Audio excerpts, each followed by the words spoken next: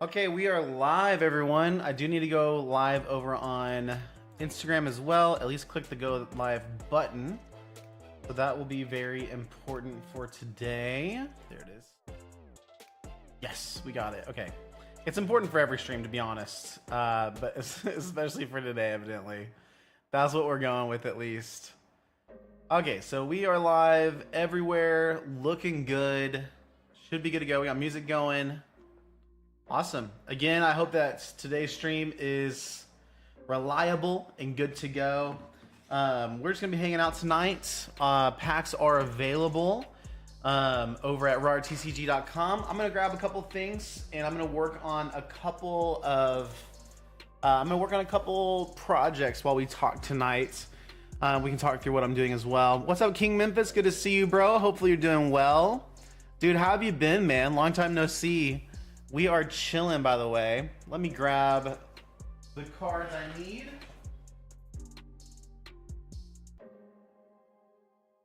Packs here.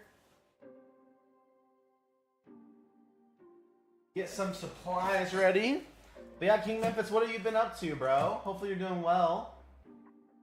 I do feel like the angle of my light puts a glare on some things, so that's unfortunate.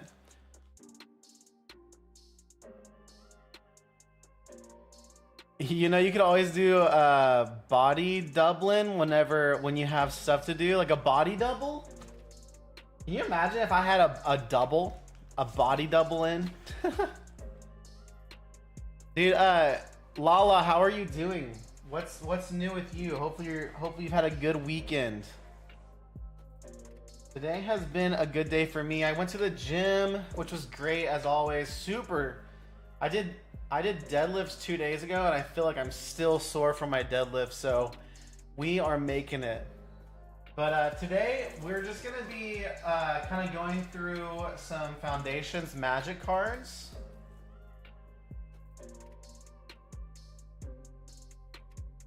Oh wait, body doubling is whenever you sit with somebody to help both people get things done. Oh, interesting. No, I've never heard of that. I've literally never heard of it. That's so cool, though. So you're basically just you're chilling with a friend while you're getting stuff done, right? Like, that's the idea.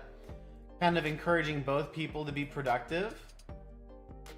Yeah, that's cool. It reminds me of like college times. Just kind of like working on projects and stuff.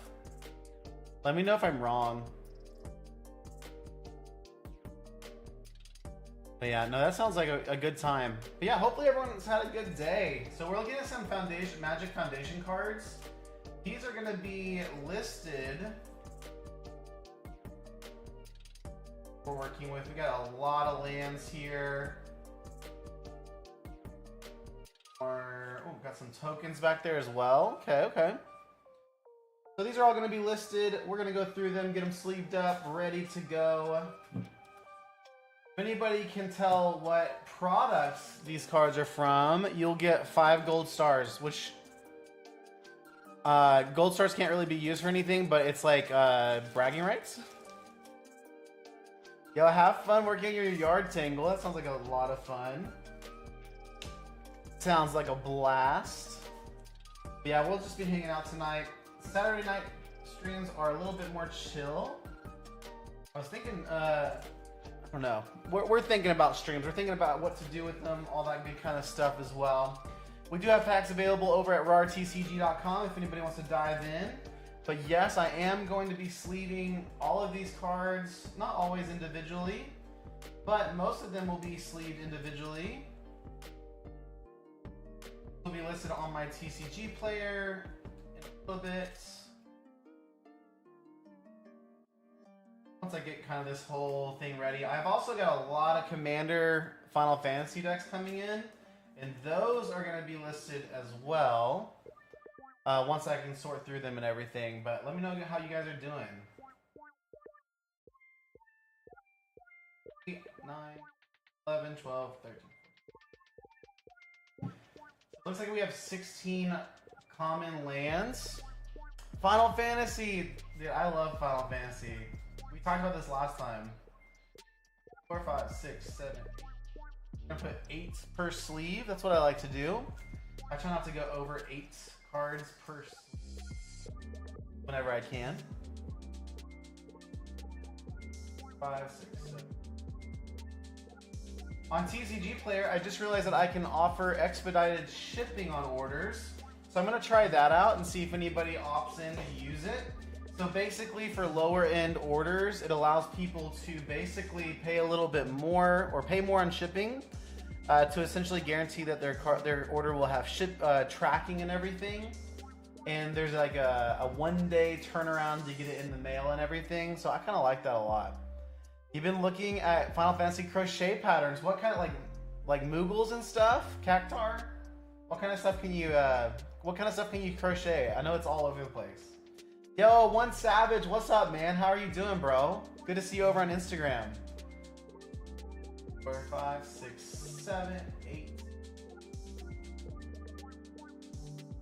So it is 16 lands per color, which is pretty cool.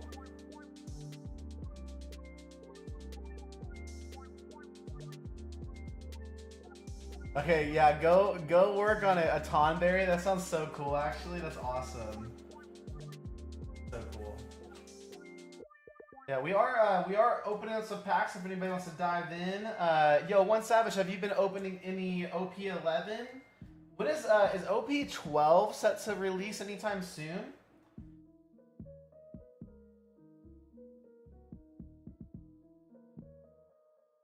Oh, you stopped your website for now? To be honest, you have too many people trying to like scam you? Dude, I hate that, man. That's crazy. It's always nerve-wracking whenever you run into people and you kind of get that feeling, you know, where you feel like you're being scammed. I'm so sorry to hear that. Yo, AV's here. AV, how are you doing? We're kind of sifting through some foundations right now is what we're doing. We're going to get these listed. Oh, did I miss something up, actually? Are there 2 versions of each? 1, 2. If there are... Oh, there are, but that's fine because I already got them. I'm so glad I accidentally did that correct. That's crazy.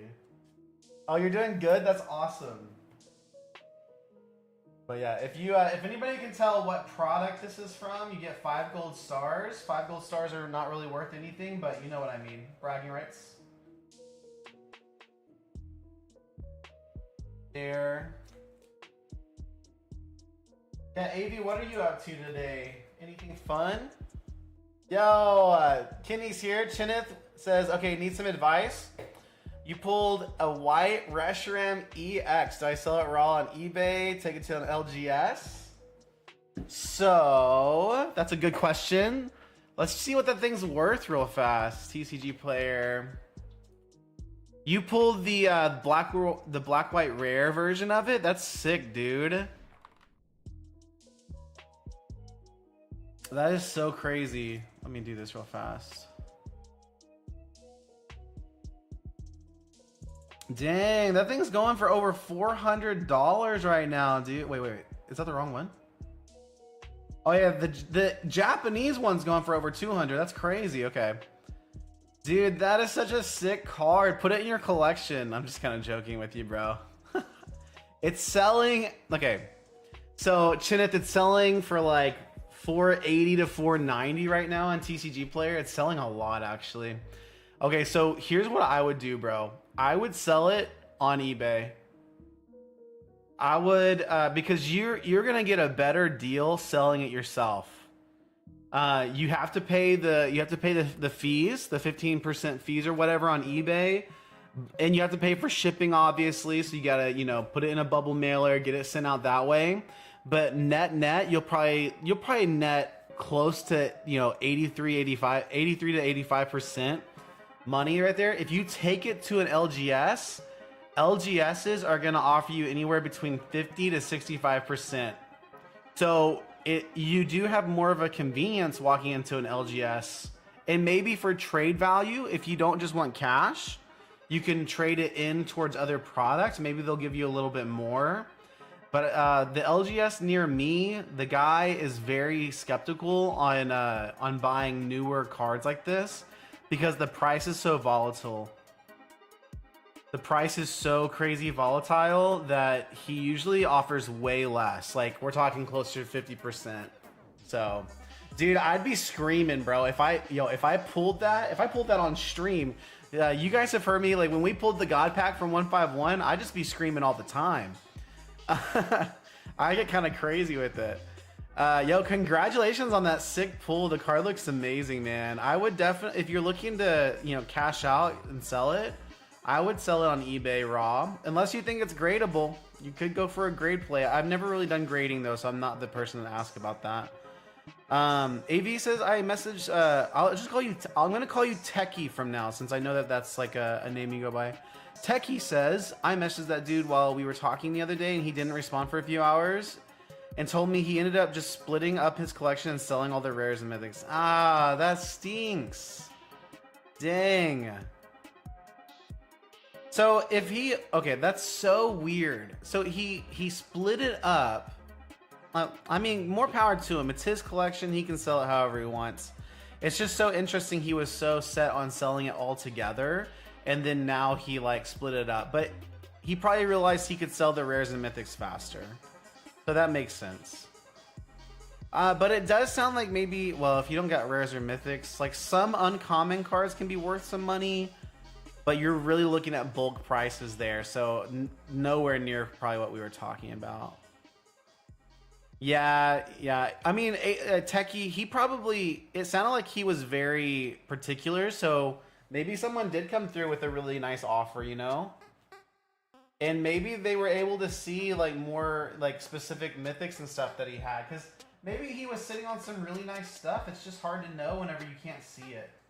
But that was a really cool opportunity. I'm sure that's going to be one that you think on for a while, Like you're just going to remember it in the back of your mind and be like, what if? The big what if question.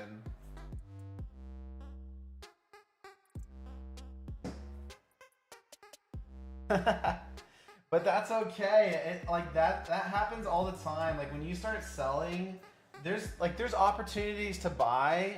Like today, there was Alpha Investments Rudy just like posted his commander deck sell for Edge of Eternities, and I've already made a big purchase with Final Fantasy Commanders, and then I also have a pre-order out with a wholesale program for Spider-Man. I have Spider-Man decks. I have everything pre-ordered from Spider-Man. So like my working capital right now is lower because I'm still waiting on payouts to come in from TCG Player. So I didn't buy the commander decks, even though they were like sub $50 per deck from Rudy. Like that's probably a pretty good pickup right there, and I didn't do it. So, well, do I sell it or hold it for a possible boost in price? Chineth, if you can hold that card for a couple years, I bet it will go up. But if you in the short term, I think this card's going to go down quite a bit before it goes up. So keep that in mind because I know the market's crazy right now. Anything's possible, right? But in my honest opinion, I think typically with the singles, you see them go down before you see them go up. It takes some time. Because it's the first... Yeah. No, Chineth, I think in the long run, it will be valuable. But it depends on what your time horizon is. So if you just want to sleeve it and put it on a display, sleeve it, put it in a vault or a collection, and you're just gonna sit on it, I have cards like that I'm sitting on. One of the cards I'm sitting on is actually the Obsidian Flames Charizard. That thing's I think this Obsidian Flames Charizard is slept on, and I think that thing's gonna go up over time. So I've got it in kind of my personal collection box. So it just depends. What's up, Carter? Good to see you, bro. How are you doing, man? Hopefully you're doing well. Instagram, how are we holding up? Firefly, what's up? Yo, One Savage, if you're still here, bro, I'm sorry I missed your messages. One Savage says, it sucks because of the processing fee. Yeah, OP12 is good. Okay. Yeah, and then PRB2 came out too, right? I saw some people opening that. I don't know if it's in English yet. So even if I refund it, the processing fee is still there. So I'm sticking to TCG Player eBay. TCG Player and eBay do insulate you a little bit better. They protect the seller a little bit more. But man, it's that you know, you make more money and more margin from your website. So it's a toss up, right? It's kind of hard to know what to do, honestly. Difficult. But yeah, guys, we are selling packs. If anybody wants to jump in over at RAR TCG, you guys can check it out. I just like to plug that every now and then. Firefly, what are you working on today? I saw your videos today. They're awesome. Yeah, I think Rudy only sells to people sub to Patreon though. But once you sub to that from him, you can't unsub. Yep, that's true, Techie. He does like ban you, right? He does the ban stuff if you ever unsub, which I think is super smart. I was sub to Rudy for like, I don't know, like almost upward, I don't know, like 6 months to a year before I ever bought anything. Oh, making Gengar keychains. That's awesome. Let's go. Yeah, 100%. I think it is super smart. If I ever do a Patreon or am able to do stuff like that, I'll definitely do something similar. You gotta protect yourself in business. Carter says, I'm doing good. Got third in the golf tournament. That's sick. Let's go. Third place is awesome. I guess a smart play would be to sell it since I'm attempting to start a business. Well, Chineth, that's true. Like you could make $400 off of that. Let's do some quick math real fast. Calculator. I gotta remember to not use the, you know, if you sell it for $440, like eBay is gonna take 15% from that. You're going to spend maybe, you know, $6 in shipping for the label. Maybe more, maybe less. We're just kind of rounding here. And then 440. So you'll net around like anywhere between 360 to 380. Like that's really great. Like that could go towards some, you know, whatever. Like it could go towards a collection buy, a bulk buy, shipping supplies. So that's definitely an option too. Definitely something to think about. Yeah, it's so people can't abuse. Yeah, totally. That's so much fun. One Savage, it is tough, man. It's tough when you feel like people are trying to get one over on you. You know what I mean? I hate it. There's a random extra forest. I don't think this forest is supposed to be here. That is so funny. What are you doing there, bro?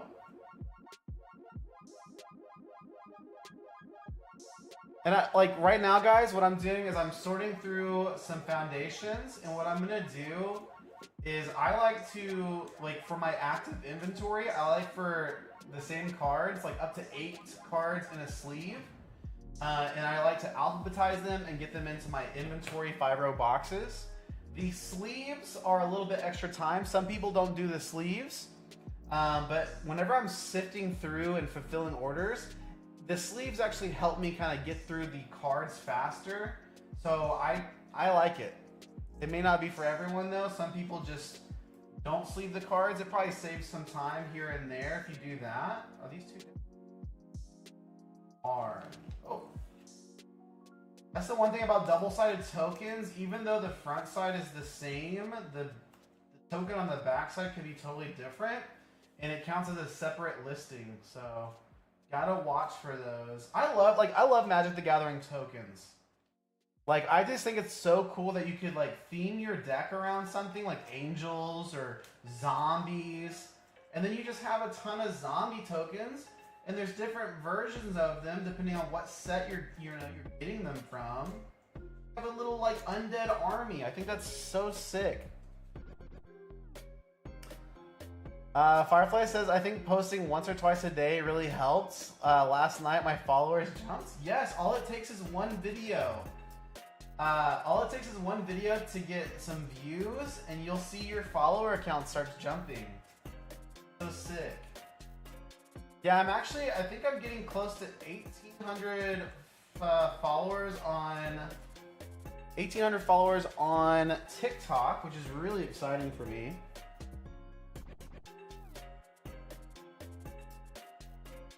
So that's pretty awesome. Social media is a grind. It's just all about being consistent. I think if you have the time to post 2 times a day, go for it. If you have the time to post 4 times a day, go for it. For me, I try to stick to once a day, and then I miss like 2 or 3 days out of the week right now. And then I'm also trying to work in some long form content as well. So like trying to work in those long form YouTube videos. YouTube, I didn't know I would like it so much. I didn't know I would love just standing in front of a camera, just kind of talking and kind of sharing my thoughts on topics and stuff. But there's so much good discourse and comments. Like, I just like the comment section on YouTube is just different. And for the most part, I like it.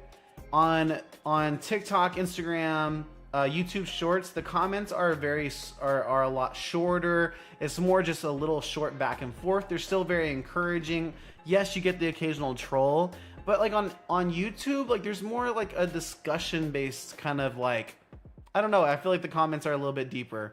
That's not always true, but anyways, y'all know what I'm trying to say. Fireplaces, I think. Oh yeah, I just read that. That's good. It's been fun. Yo, we made it through one of our things. That's awesome. The lands really helped that one to go through pretty fast. So that's awesome. Next up is going to be this stack right here. This is all from one specific product that I was able to find. I wish I could find these in bulk, but I really can't. Because right after I post something, I start making something else. The next day, I would already have it ready. Except for the Pokeball. Yeah. Dude, that's so cool. Alba's here. Alba, how are you doing? Thanks for stopping by. Dude, yo, Chineth, I'm so excited for you, man. Pulling that black-white rare, the white rare Reshiram. I would be tempted to keep that card, but I think I would sell it, honestly. I think I would list it and sell it. So if you want to know my honest feelings about it, that's what I would do. Oh, we got some, we got 4 copies of Opt right there. That's pretty awesome. A lot of times up front, these rares and mythics are just going to be single cards here. Oh, this one actually has some value. This Angelic Destiny. Definitely worth over $1. You guys can't really see that. You guys can see better now.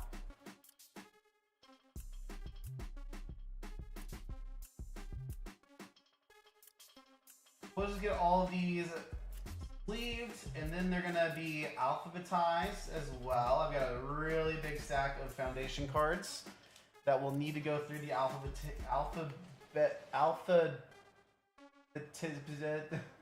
what's the word? Alphabetizing? I don't know. They need to be alphabetized. That's all that I know. I think I was trying to say alphabetization. I don't think that's a word. That's 100% not a word, guys.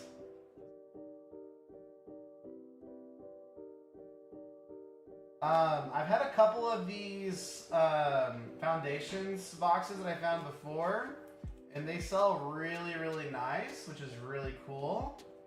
But if you guys want to know, this is like the premium like starter collection for foundations. Kind of rare to find. I really don't see them very often, but when I do, I try to pick them up. They have really good singles value within them. And not to mention, like, if you're just trying to get into Magic, they seem like a freaking awesome product to pick up as well, so. I need to turn my fan on. Gosh, look at that shark, it looks crazy. Sharks are pretty scary, guys.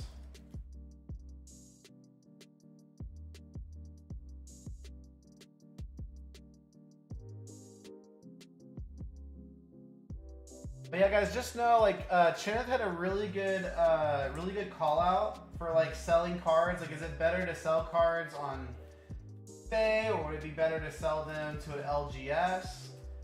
Just know, anytime you walk into an LGS, you get the convenience of being able to sell your cards right then and there. And you're going, because of that convenience, you're going to get less than you would if you sell them yourselves, or if you like sign up for eBay, that kind of stuff. And just remember that the LGS is, you know, buying at a price that makes sense for them. They have to pay their employees, they have to keep the lights on, so it totally makes sense.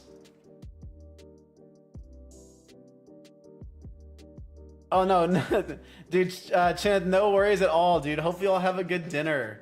I'm just rambling. I'm just chatting, keeping the conversation going. You know what I mean? Kind of vibing. Dude, that's awesome though. I hope you guys have a great dinner. And yeah, let me know what you do with it, man. I wanna hear about it. Adventures and stuff that you get into with that.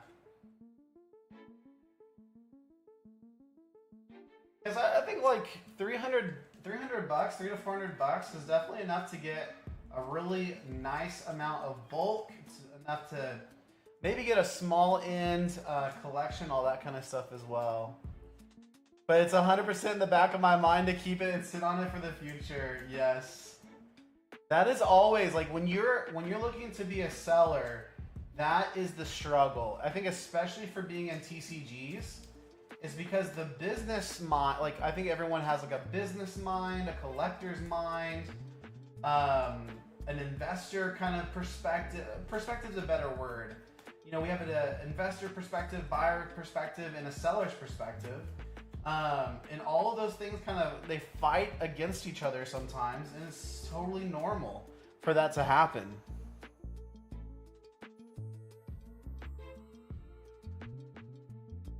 I know for me, like one of the hardest things for me to really come to grips with when I first started selling was just like being less of a collector. Like I completed my 151 master set, super excited about that. And that's really that's my last collector's goal right now, because all my other goals are associated and tied to my business. So Techie says mostly lurking this time, playing WoW. Let's go. Setting stuff up for TBC Classic since it should be coming out this year. That's awesome. I never got into WoW. I was telling someone on the stream a couple weeks ago that I got into Final Fantasy 14 for a bit. I played Guild Wars 2 for about 2 years in college, not super consistently. But I had a little guild and everything I'd play. But WoW seems fun. I don't think I could get into it like that. No, Chineth, I feel you, dude. The very first all-white Pokemon card. It is really cool. It's definitely got that like rarity like that. You know what I mean? Sick. Dark Steel Colossus. That thing looks so sick. Some of these cards are so cool. Maze Mind Tome. Pyromancer's Goggles. I've sold some of these before. They have a high sell-through rate. They're not necessarily worth hundreds of dollars, but they have some value. They sell quickly, which is what it's all about. Techie says, yeah, I love FF14 too. I tried to do Guild Wars 2, but I messed up with the character creation and didn't want to start over. Yeah, I totally feel that. Like, messing up early on in an MMO can, like, hurt so bad. Because MMOs are just such a time commitment. Yeah, I love Final Fantasy 14 too. Like, if I had unlimited time, I would play that. I would 100% play Final Fantasy 14. I'm a huge Final Fantasy just fan in general. I really like, there's a remake of Final Fantasy Tactics coming out, and I've been kind of like, I have this like huge itch to play tactics games. And so I've been playing Tactics Ogre. Anyways, I don't want to get too distracted, but yeah, I love Final Fantasy. I want to play through some of the older games I haven't been able to get through. I'm also halfway through Final Fantasy VII Remake. And again, I feel like I get too distracted and busy with other things in life. I don't know, I'd be lying if I said I wasn't fighting some demons on whether to sell or keep. Dude, there's no wrong answers, Chineth. And like, I kind of take this approach in life. Like, oh my gosh, I'm trying to think of how to best say this. Like, in life, like, you guys know this. Y'all have lived. You know what it's like. You just gotta make some decisions, and you gotta be okay with like the outcomes. You know what I mean? Because like every day we're faced with hundreds or thousands of decisions that we have to make, and if we think too much about it, it gets so overwhelming. And then you think about like there's some decisions that change the course of your life. Like, what are you studying? What job are you going to take? Are you going to get married? Are you not going to get married? And blah, blah, blah, blah. Like, all these things make these huge pivots in your life, huge turns that dictate the future, for where you're heading, and I just feel like for me, just the realization, acknowledgement that like, for me, I just feel like there's no wrong choices. There's only the choices that I chose. That sounds so dumb, but do you guys understand what I'm trying to say? Like, the grass isn't necessarily greener on the other side. It's greener where you water it, right? And so I'm going to be confident in the decisions I make. Will I make wrong decisions? 100%. But I want to water the grass where I'm at. And I want to make decisions and position myself to where I can be where I want to be. So since I got the ETB for 60 and it was personal money, dude, let's go. Like that. That's a great like mentality towards it. You know what I mean? You got the ETB for retail. You paid personal money for it. It's not like it was business money. You don't have to feel obligated. I love that, dude. Go, like, that's what's up. That's what's up. And you can enjoy it, you can enjoy that card knowing that you pulled it yourself. How stinking cool is that? I love it. Techie, what class or what was your favorite job in Final Fantasy? Oh wait, if you're lurking because you're getting ready for TBC Classic. No worries. I was gonna ask what class you play in WoW and what your favorite job was in Final Fantasy 14. Firefly says, wait, technically I do Pokeball, then half of the next project, and then the next day I finish it and then do Pokeball and repeat. Firefly, I think that's an awesome way to go about your content, and an awesome way about like just growing how much stuff you have so you can sell it. So that's sick. Guys, we are making such good progress on these cards. This is so much fun. I gotta do this more. And guys, remember, if anybody does want to jump into the queue, check out the packs we have available. It's over at rartcg.com. We mostly have Japanese in stock, but we do have some Obsidian Flames as well. Techie says, in vanilla version, I love to play Warrior and Mage. In the Burning Crusade, I'll be playing Paladin. Oh, very sick. Oh, you liked playing Paladin in FF14 too. That's so cool. I wanted to be a Dark Knight so bad in Final Fantasy 14, but I never quite got there. I was a warrior. I was trying to make my way to being Dark Knight. I love, I don't know. I love job class, the job setup in FF14. So much fun. I usually like a paladin like type character as well. I still got so many cards for my personal collection that I'm 100% okay with selling. Yeah, dude, that's the thing. Like, yes, it's your very first ever big pull. That's so cool, dude. There's just nothing like pulling those huge hitters, man. It really is fun, and there's really nothing like it. I keep all classes capped and somewhat geared, but I prefer to tank using Paladin. My second favorite right now is PCT because it's fine. Sage is fun for healing. That's so cool. Yeah, that was like when I played FF14, I was like, dang, I could get really lost in this game. Like just like mid-maxing and leveling all of the jobs. Like that's definitely something I was like, I could see myself doing that 100%. But then I kind of fell off. I did find a guild I joined and everything. I was really going to dive in, but I didn't have time. Time. Hits me every time. Silence. So many temples. Chinna, do you play any games? I was also playing some Path of Exile 2 today.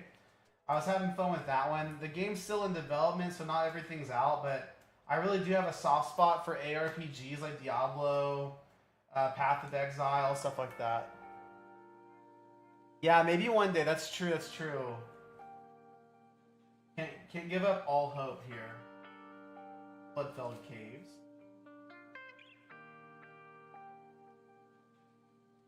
Sands.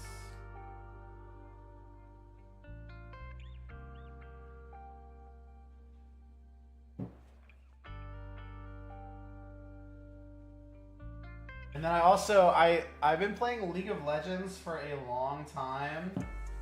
And so I still dabble in League of Legends. I played a little bit, I played a couple games of ranked today. I lost both of them, but I played okay. And I think that's what matters. But in the moment, I wasn't happy about it. Was not happy about losing, if that makes sense. Never fun to lose.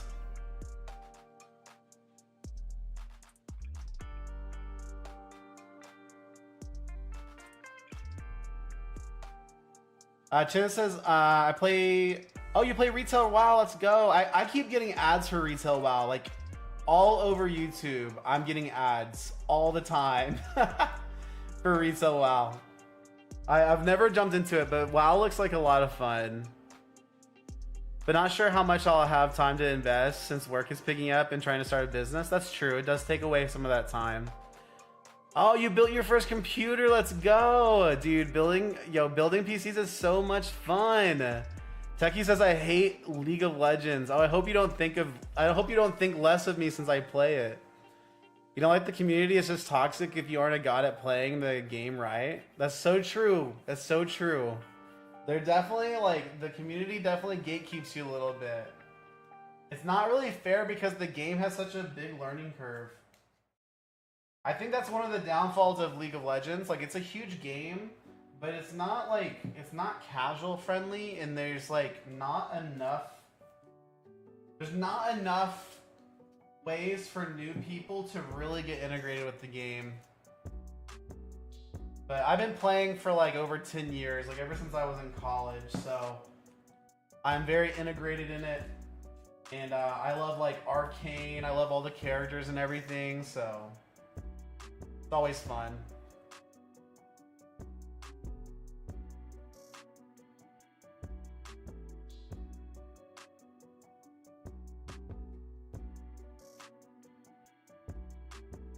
But yeah, oh, you love Arcane? Okay, cool. It's just the game, right? It's just the game that you hate. One of the best shows, can't wait for more. Same. Just so good this last season. And I think they're gonna be doing like spin-offs to look at other parts of the world and stuff now, which I think is gonna be really, really cool. There's a League of Legends TCG coming out too that I really want to check out. I'd love to get some cards and stuff, and maybe learn how to play. Sounds like fun. I don't think I ever turned my fan on. I might do that. Or so I dislike the community. Yeah, no, it makes sense. The game would probably be fun if you could play with people in a chill environment. That's so true. That's so true. And League, it brings out some negativity in people, for sure. It definitely does.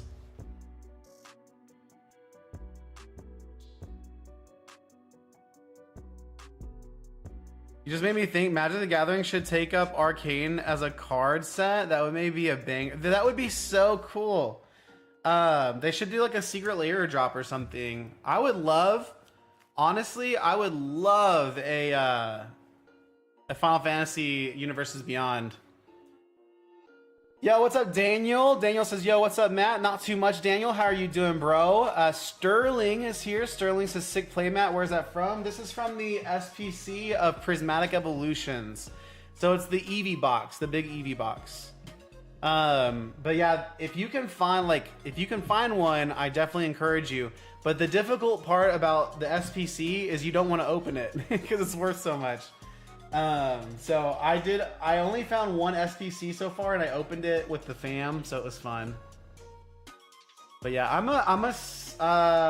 love playmats, and I definitely want to get some more. I want to get some Magic playmats as well. But what are you guys up to? Sterling, Daniel, what are y'all up to today? Yeah, I agree, Techie. That would be so sick. Don't let me take you away from WoW, though. I'm just chatting it up. You know what I mean? Chatting it up. We're sorting. Oh, you're sorting bulk? Let's go. I'm sorting through cards, too.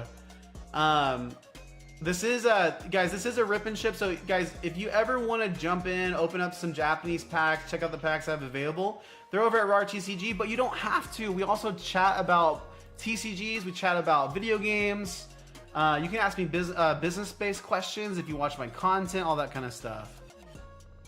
Yeah, the SBC's out of your price range. I got so lucky with this one. I found it at market price, and so that's why I really jumped on it, and that's why I opened it too. I honestly do enjoy the cards. I do the business side of things. I have some sealed collection investment stuff, but yeah, I love it. Just chilling. Let's go. Thank you so much for checking out the live, guys. I appreciate y'all. Appreciate y'all so much. I'm actually going through some Magic the Gathering Foundations right now. All good. I'm not doing anything. Just fixing UI. Oh, you built a new PC? Oh, you're first ever too. Let's go.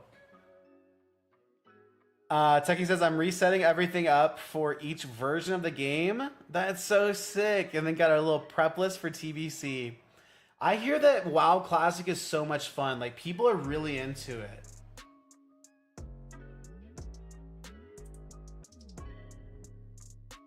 People really, really love it. Daniel says, Matt, how much inventory do you think it takes to get like 20 orders a day? Also, is it possible with EXs or lower kind of bulk? Yeah. So I have, let me tell you, let me look at TCG Play real fast. So I have, for the last 2 months, I've been getting regularly 10 to 30 orders a day. That's very common for me. Right now, my queue, after sending some stuff to the post office today, I have 7 orders so far, which is a little bit lower than what I would say is normal. But my inventory has been anywhere between 9,000 to 12,000 cards, and that's how many sales I'm making. But also keep in mind that just this last week, I repriced my cards. I upped my floor price for Magic up to 18 cents, and I'm charging 5% over market for all of my cards. So I intentionally did that to slow down, slow down my orders, because I'm really busy with work right now. We have a lot of changes going on with my full-time job. And so I've been more focused on that. So I did that to kind of slow down the orders temporarily. I will readjust that, probably coming up soon. But yeah, I would say if you have anywhere between 8,000 to 10,000 cards, and a lot of my cards, guys, are straight up bulk. Like I don't have a ton of higher value cards. A lot of my cards are listed at my floor price of 15 cents. 15 to 18 cents now. So WoW Classic is the only way to go. That's what people, really hardcore WoW fans always say that. I know some people are really into retail as well. I know retail has a lot of quality of life stuff, right? Techie says, I like up to Wrath of the Lich King. Dude, Wrath of the Lich King seems so epic. It seems so epic. Cataclysm and Mists of Pandaria were okay. See, okay, when Mists of Pandaria came out, I had a group of friends that were trying to get me into the game, and I almost jumped into it, but I decided not to, and then I never got into it since then.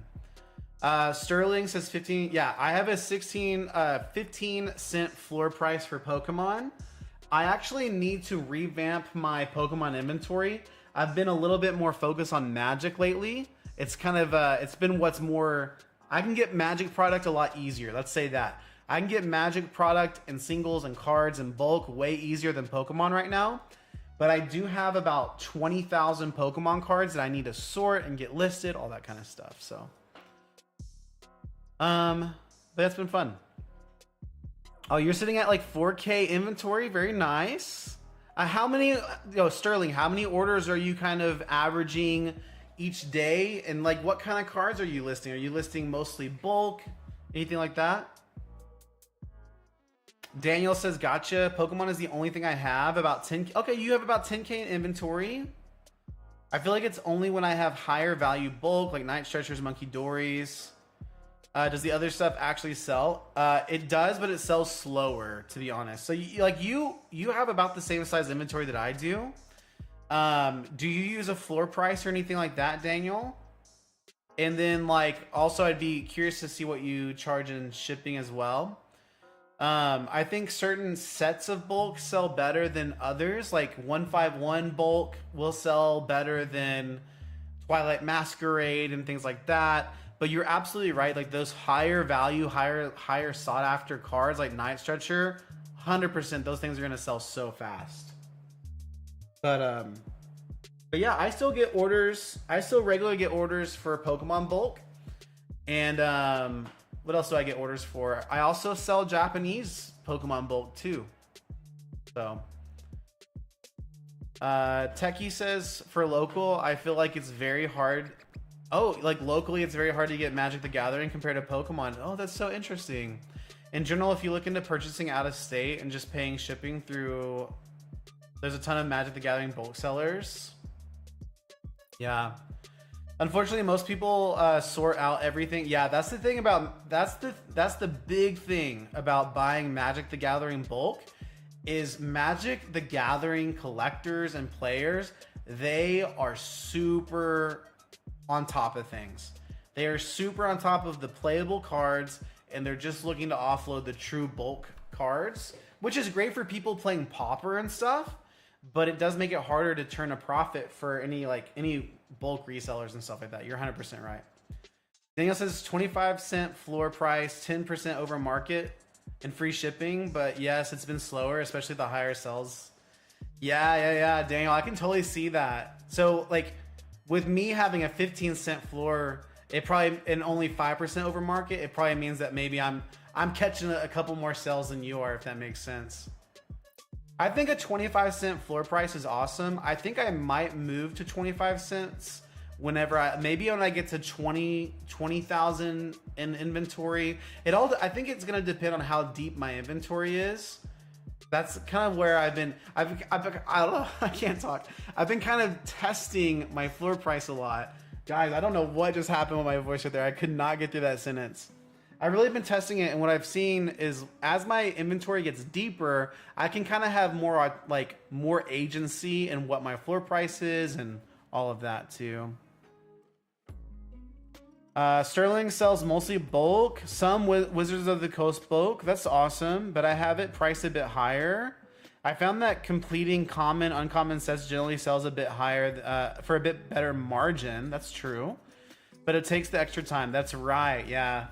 I think I haven't really dealt with bulk lots very much because I'm trying to, what am I trying to say? I'm trying to get to a point where I can naturally scale up my operation to where then I can maybe purchase a card sorting machine that would make bulk lots and things like that a bit easier. So that's kind of my goal. I'm gonna turn my fan on real fast. I'll be right back, guys. Be right back.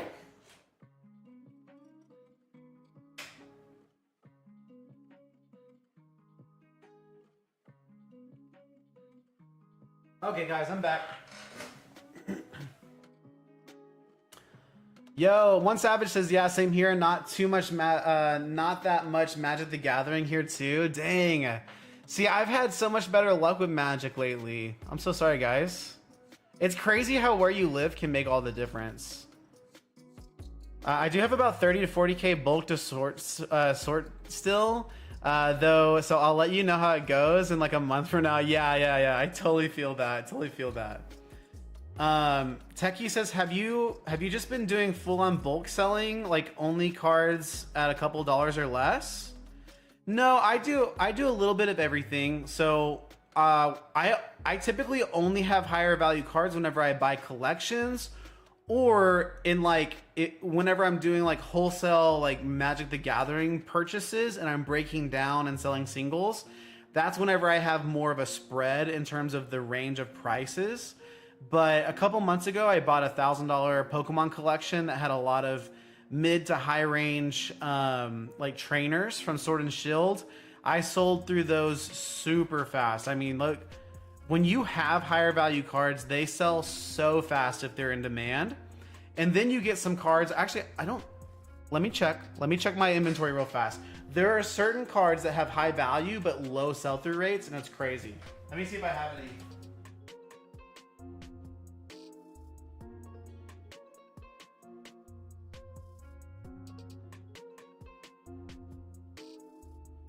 I do. I do have one.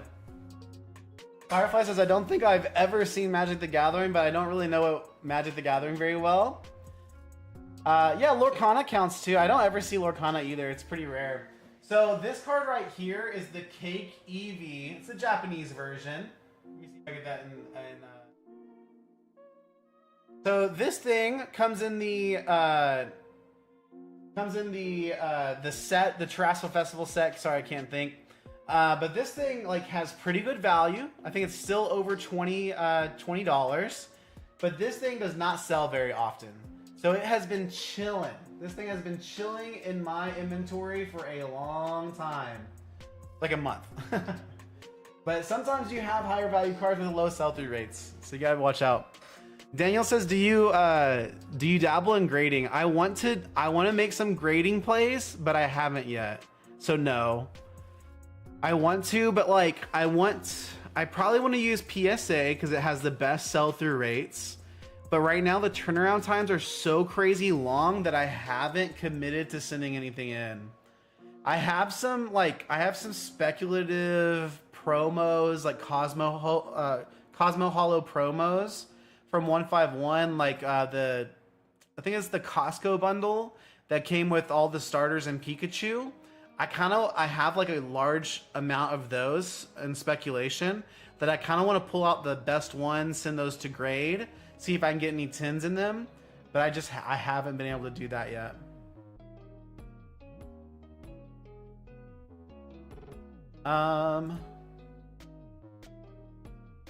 Techie says, yeah, I heard higher value cards sell really good for the most part, but they also help move your bulk because people are building decks. Yes. That's very true. And if you have all of what they need, they prefer to buy. Yeah, that's 100% true. Especially with things like, it works for Pokemon, but also Magic the Gathering. TCG Player makes it really, really nice for players to really pick up all the cards they need for decks. To be fair, I feel like other language cards have a harder time selling. English is usually what everyone prefers. Since I think TCG was originally just for the US, I think they're adding in some other countries. Yeah, I think that's very true. But like I've kind of mentioned, like I do sell Japanese bulk cards. It's not super often, but sometimes you'll get large orders, like people collecting Japanese sets and stuff. So it's pretty cool. Firefly says, I saw a few packs of Lorcana at Hot Topic. At Hot Topic, let's go. I haven't been to Hot Topic in so long. I used to love going in there. I just haven't been to a mall in a while.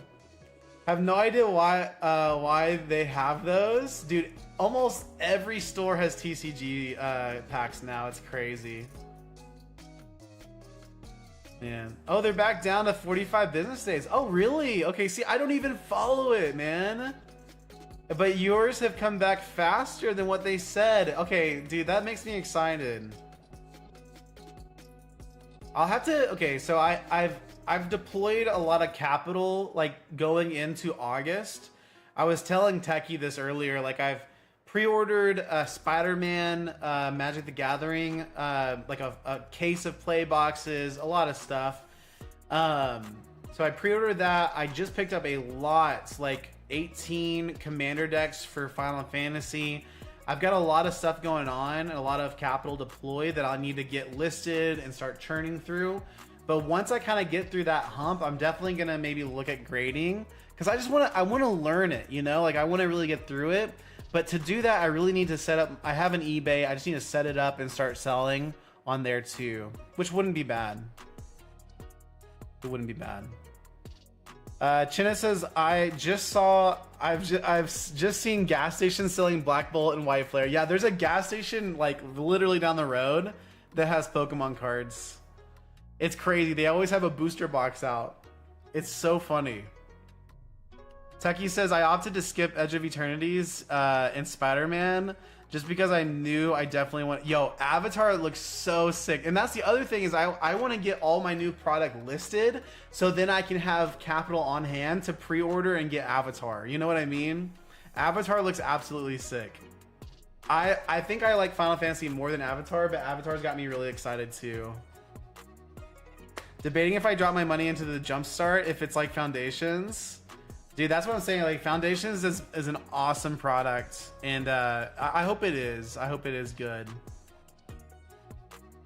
Oh, you kind of wish you had bought some Edge of Eternity. Guys, anybody in the chat, did you guys pick up Edge of Eternities at all?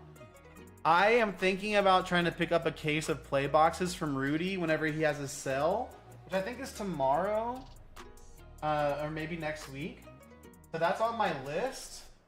I think that might be the next thing that I do.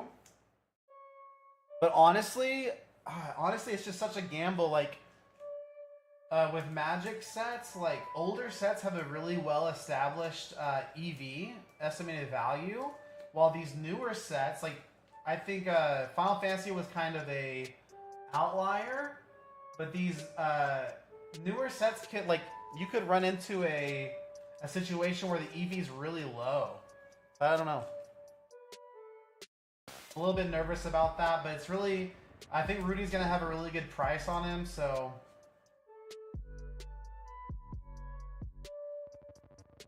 Oh, Daniel saying you can sell right through PSA's eBay, so you don't have to ship anything. But if you intend to build your own brand, yeah, I definitely want to build up my own eBay as well. It's on my list. It's on my list of large things I want to do. But yeah, I did see that PSA was now allowing people to sell directly through them, which is really, really cool. I think that's awesome. You should line up some of your purchases like that with your stream so we can watch you rip packs. Yeah, I definitely will. I did that with Final Fantasy a little bit. So I think I opened a couple cases of Final Fantasy, and I definitely ripped packs on stream. That's definitely something I'll do. My last case of Final Fantasy play boxes I had that I got for a pretty good price. I got like four VVs in the case. It was crazy. I got 4 VVs, and then I got a hollow borderless Terra, which was worth like $120. So that case was crazy. And then like I think I also got a Buster Sword in there too. But anyways, that was probably the craziest opening. But all of that was off stream. I was just ripping through packs, just trying to get them listed. So what's crazy with Final Fantasy, guys, is when it first released and I did my first case openings, I listed everything at 120% of market. I felt it, you know, like I really love Final Fantasy, but I felt it, and I sold through so many of those cards so fast. It was crazy. So, but you guys, like, that's the thing about like selling, is you kind of got to get the vibe. Like if there's a lot of hype around something and you can see some crazy sell-throughs, like you can be a little bit more competitive with it too. Oh, your wife said we look alike. That's so funny. I bet we do. Dude, I'm honored, actually. I don't know what you look like, but that's awesome.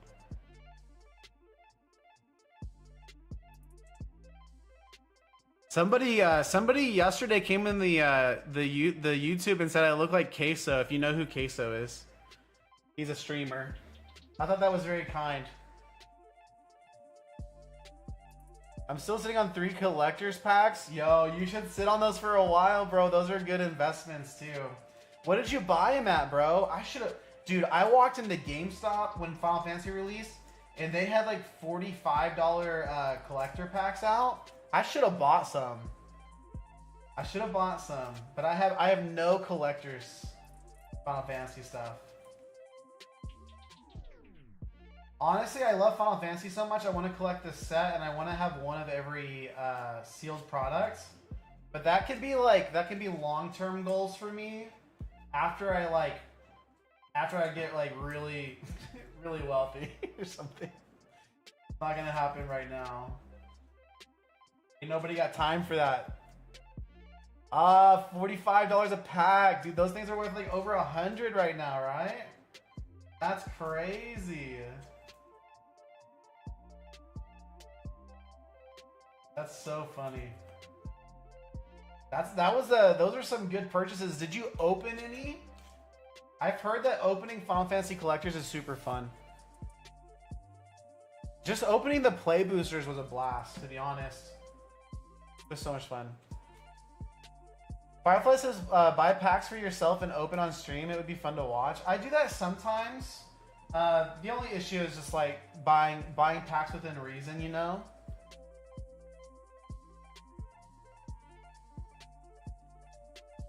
Because any packs I buy for stream to open like that, it's money that I'm not, you know, for the business, it's money that I'm not spending in order to like turn a profit, which is kind of tough. I got an itch one day and opened one pack, just sitting on 3 more. Dude, that's the hard part. Yo, I love ripping packs, okay? I know that rip and shipping gets kind of a bad track or a bad rap because of like whatnot streamers and scammers. But I honestly love ripping packs, and I think that it's so much fun just like being with a group of people online and just like, you know, you just kind of encourage one another. You can like celebrate when somebody else rips something crazy. It's just a lot of fun. So I think I don't think rip and shipping will ever be the main part of my business. Like maybe one day it's a bigger part, but I want this stream to be just a consistent way to connect with everyone.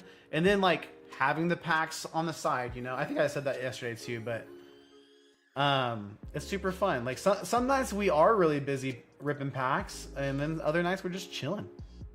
That's what's up.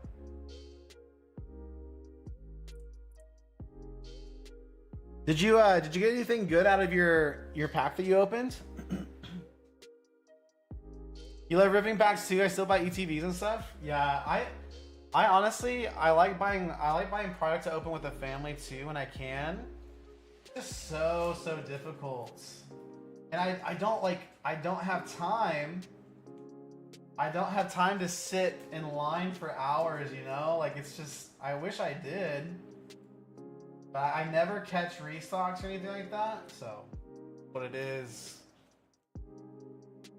Yeah, ripping is a lot of fun.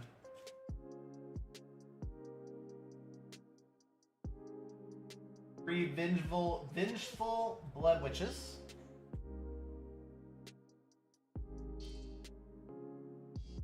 My battery for my camera has actually held up pretty nice through this whole stream, which is awesome.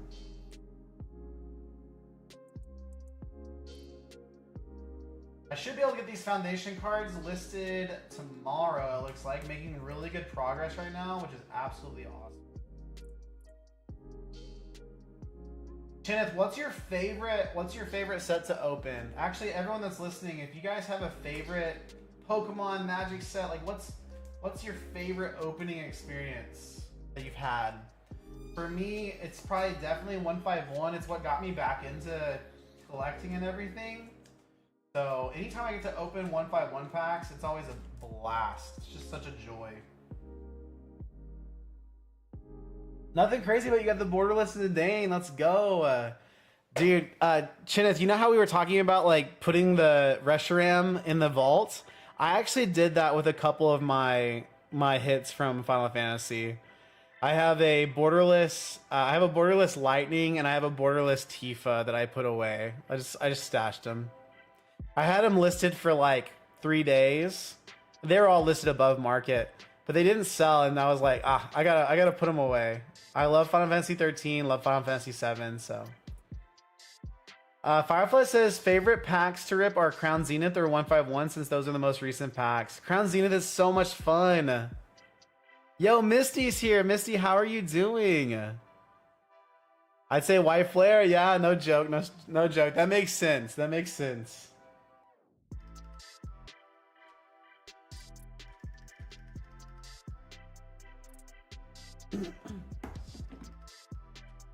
Hey guys, is the music at a good level? Misty says I'm all right. That's good to hear. Hopefully that's like a good all right, you know. But what have you been up to this weekend, Misty? How are you doing? Yeah, I guess I already asked how you're doing, but anything fun? Anything new? Yeah, I wish I could open more Crown Zenith, but that set's also kind of going to the moon. Dude, went shopping. Did you get anything good? And you got Taco Bell. What's your Taco Bell order?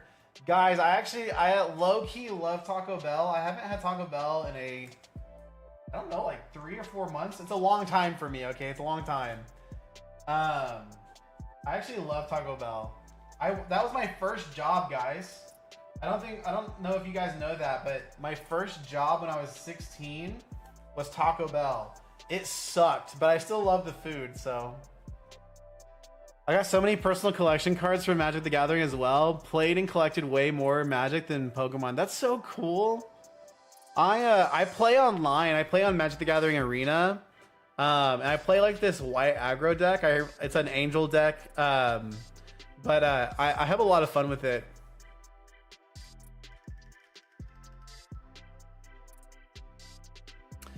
That's literally it, and redid my room. Oh, that's fun. Congrats on redoing your room. That's awesome.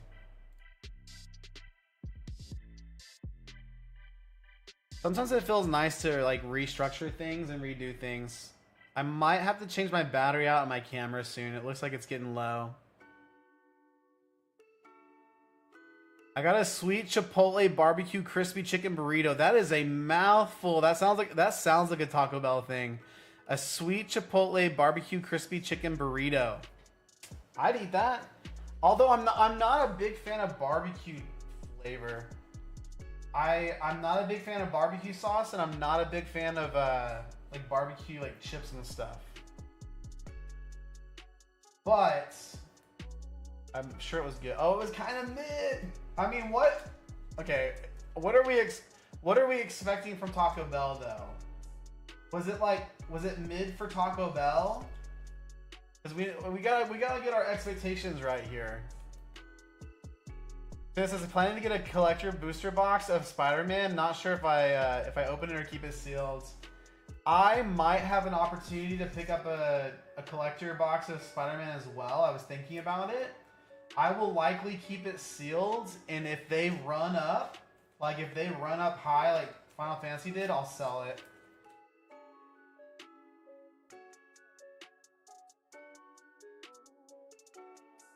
Do you watch TJ over at PokePastor? When you said you were also a pastor before, I was like, wow, these two would hit it off.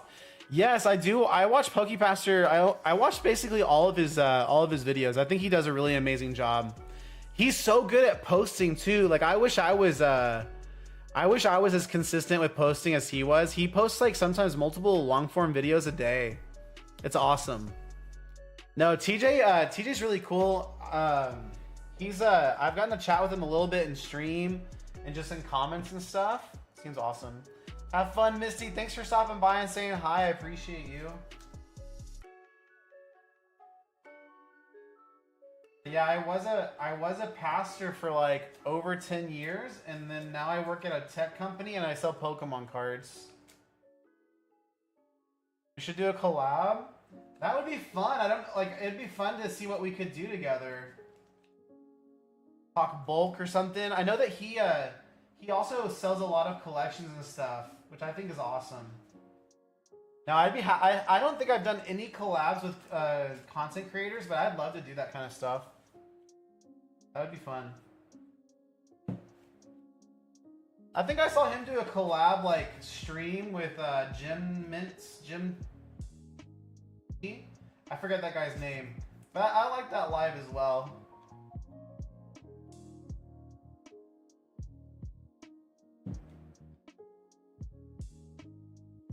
Oh, you're a system admin. Let's go.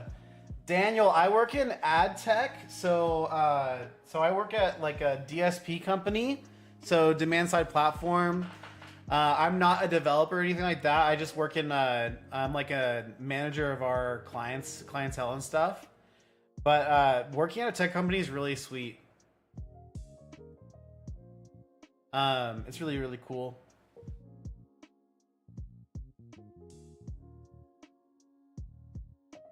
Whenever I tell people I work in ad tech, a lot of times people think that I work at an ad agency, but our company works with ad agencies to make it happen. You probably understand that more than somebody else. We're like the tech behind it, which is pretty fun.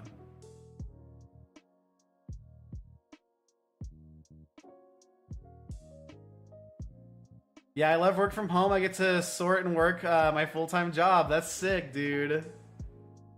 Yeah, I work like a hybrid schedule, so I work mostly from home, and then our home base, like our headquarters, is pretty close by, and so I travel in to work a couple days as well, which is fun to see everyone. But no, work from home's awesome. I was gonna ask earlier, but is there a reason you're sleeving every single card? Do you normally do that? No. So any card, that's a really good question actually. And let me kind of explain this. Let me know if the camera dies. So I like to sleeve every card that I'm gonna put into my inventory. Does it take extra time? Yes. So am I being as optimal as possible? Probably not.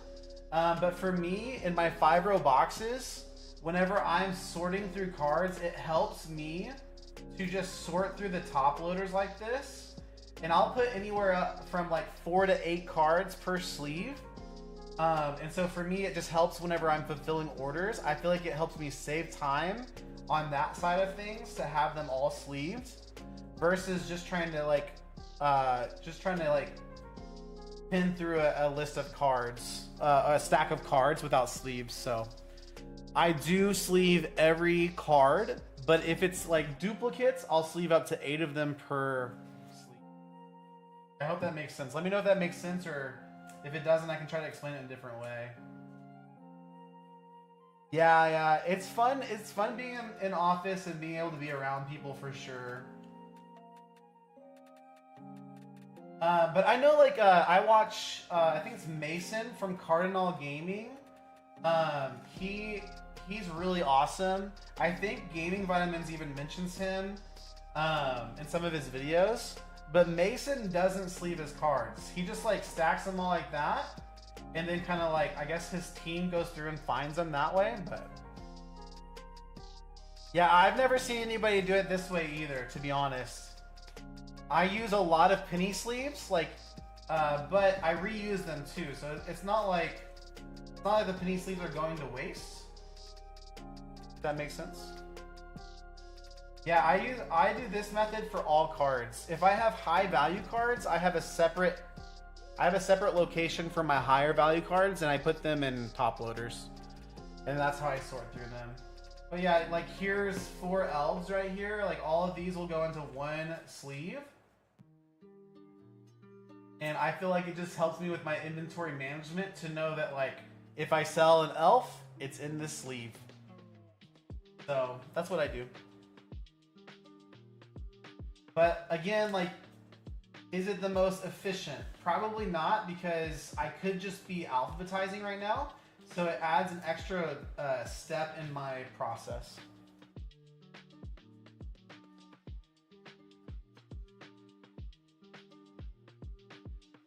Because if you get 10 orders a day, you can fit all those in one sleeve, which means you now have to remove all those cards. Yeah. I think that, like, there's definitely parts of my, like, processes and stuff that I'll probably change over time. It does add extra steps, and I do have to unsleeve cards, but I have found that it helps save me time. For example, early on, I listed probably 1,000 bulk cards of 151. I didn't sleeve anything, and whenever I found that when I was fulfilling orders for 151, it took me exponentially longer just to find the cards I needed, because I would pin through too many cards at once, or I would miss the cards because they would, you know how cards are, they kind of stick. If there's multiple layered up, you can sometimes like be going through them and you'll skip one or whatnot. So to me, this is kind of what's helped. But by no means I'm saying this is the best way. So just everything I say, just know, like, this is my process right now, and it could totally change. Like, Techie, you called out the envelopes and stuff that I use. Like, that's a good point. Bye, Firefly. Have a good night. We'll see you later. Thanks for hanging out. I appreciate you.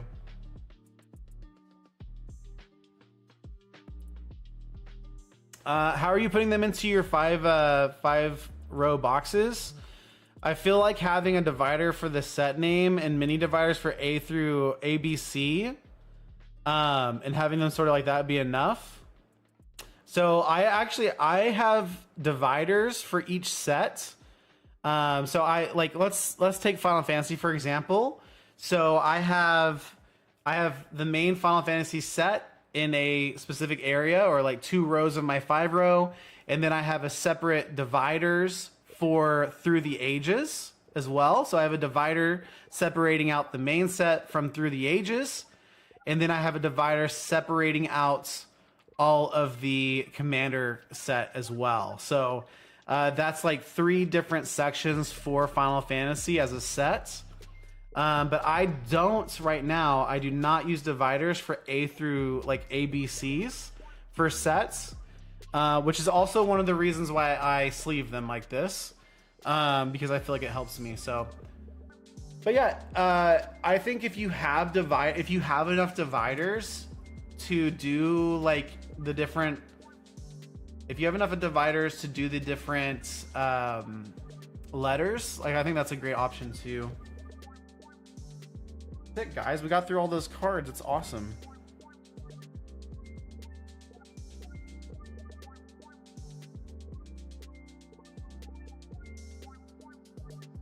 Daniel says, so I use, wait, I think I missed something. Chinna says, do you do that with common, uncommon for Pokemon? Yeah, I do that for common and uncommon for Pokemon as well. That's kind of my go-to setup right now. So I use a divider to split where I need to find my cards, pull the stack out, sift through it by hand, and know where to put the stack back. Yeah, that's not a bad idea either. So, like, I feel like, so for example, I feel like this like process right here with the sleeves, I feel like it removes the need to pick up a stack and like go through it like this.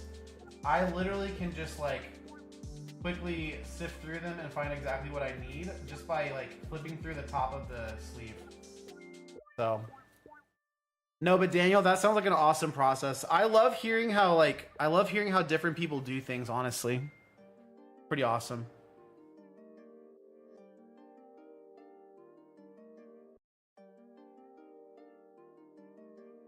I'm so surprised that my battery and my cameras lasted this long. I didn't think it would. Oh my gosh. And then how do you guys alphabetize? Let me ask you that. I'm gonna ask you guys a question. How do you guys prefer to alphabetize? I'll show you what I do. So I have a stack of cards, and I literally, over here on the left, actually, let me just do this real fast, see if I can find a couple. I start with 3 stacks. This is actually great. So I have 3 stacks. I think you guys can see that. Maybe not on Instagram. And so I have A through I in the first stack. I have J through Q in the middle stack, and then I have R through Z in the third stack. And that's how I initially do my alphabet. Oh my gosh, I can't talk today. I'm telling you. That's how I alphabetize initially, and then I'll go through each stack and then go from there. I feel like whenever I'm, sometimes like right now, this will be close to 500 cards that I'll be listing. When I have like 500 to 1,000 plus cards that I'm sorting through and getting ready, this is what works best for me. Just wondering if I have to keep tuning what I plan to do or not. I was going to buy a ton of dividers so I could have enough mini ones for the alphabet. And then, of course, each set would have a taller one. I never thought about splitting sets like that where Final Fantasy has the regular, Through the Ages, and Commander. Does that actually help you better in the long run? Or would it still be just as fine having them sorted with everything? Honestly, Techie, I honestly recommend sorting it out separately like that. Because what you'll notice in your printed off shipping label, what you'll notice in your invoices that you print out for the customer, when you go to fulfill those, TCG Player is gonna have Through the Ages separate from the main set. So what you'll see is you'll see all your main set cards. It'll be alphabetized, A through Z, and then you'll have Through the Ages, and then you'll have Commander. So you'll kind of learn this as you get integrated with it. but a lot of the things that I do for my inventory are so that I can be best synced up with TCG Player, honestly. So you use BCW tray, that's what I use too, and legit alphabetize from A through Z. I also legit alphabetize, but I do 2 steps for my alphabetizing. I use a sorting tray. Each slot has 3 different levels, letters. Dude, I have a sorting tray. It just has a lot of Pokemon on it right now. I should get a second sorting tray, and I think that method is basically what I'm doing here, but in the sorting tray, it'd be so much more clean, to be honest. I'll definitely do that because I want to be synced. Yeah, okay. I wish I could print something off, but it would have buyers' names on it, so I'm not gonna do that. Oh, my battery's about to die. But yeah, so that's how TCG Player does it. So you'll get a set of, like, let's do Outlaws of Thunder Junction. So you'll have, you know, A through Z of the main set, and then you'll have Outlaws of Thunder Junction Breaking News, A through Z. Outlaws of Thunder Junction, what's the vault? The treasure vault, A through Z as well. Do you think it'd be better to go as far as to split foil and non-foil? That's something I'm not quite sure about. I don't have enough foil cards to really feel a difference right now. But if you're working with a lot of foils, it might work. It might benefit you to split them out because, again, the invoices do split foil and non-foil. So at the very bottom of your invoice, you'll see some cards bolded. It'll be all bolded, and those will be your foil cards. So depending on what your inventory is like, that may work best. So I haven't decided though. For me, I keep everything together. So like for Outlaws of Thunder Junction, if everything's in the main set, I keep it all together. Yeah, they do split those separately in the sheet. So that's important to know.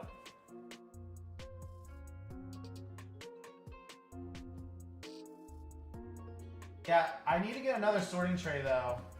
I think that would definitely benefit my process here. Even though this is not too bad, I go pretty fast here.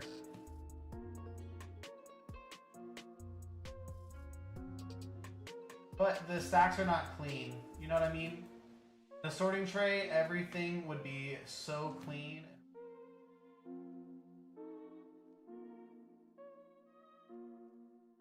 There's my initial sets right there, and then I'll go through and do all of the letter alphabetizing there. Daniel over on YouTube says, I do non-foil, reverse foil, hollow, and rare, EX, and up. I used to separate out my rares and above into separate sections, but I've actually stopped doing that recently. Not sure if I'd ever have enough foil or not to have that matter. I don't think it would be too hard. Yeah, I just put my foils right. You know, I have my my battery died. You know, I have my vengeful Blood Witch, and then right behind that will be the foil version. I'm gonna grab my battery real fast, guys, so we can keep that on the screen. Be right back. Most people probably pull the foils out. Yeah, in most cases, probably so.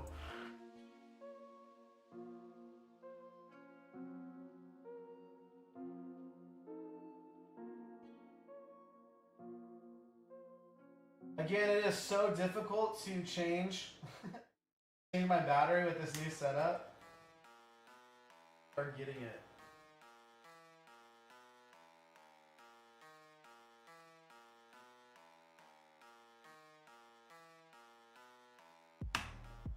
Go.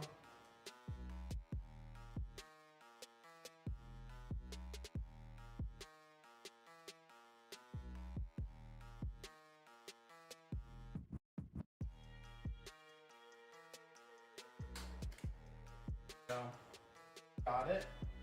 Got it.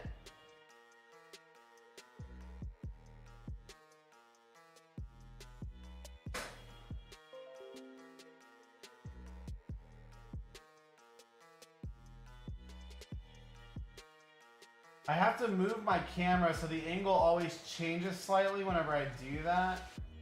That is kind of unfortunate. But that looks pretty good there.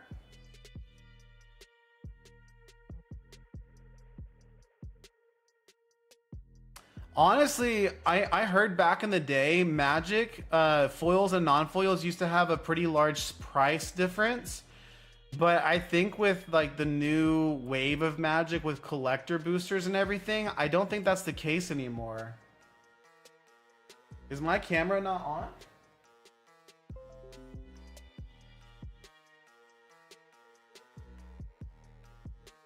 Still not working.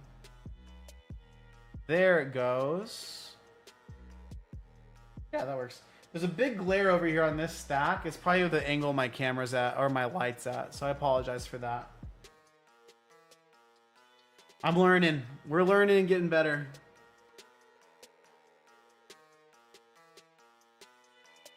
Guys, if you ever have any feedback for the stream too, let me know. I'm always trying to get better with everything. So definitely don't hold back.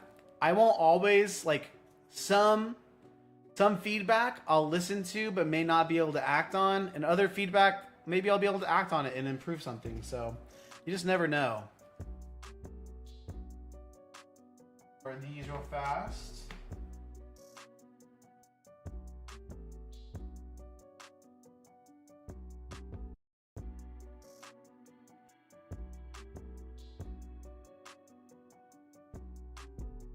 Mom just texted me.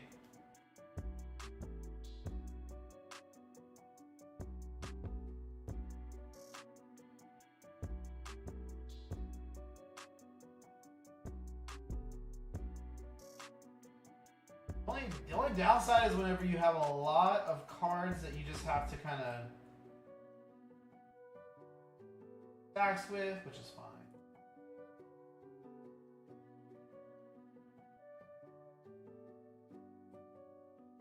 I can see how like messy this is though. I think a sorting tray would definitely be better.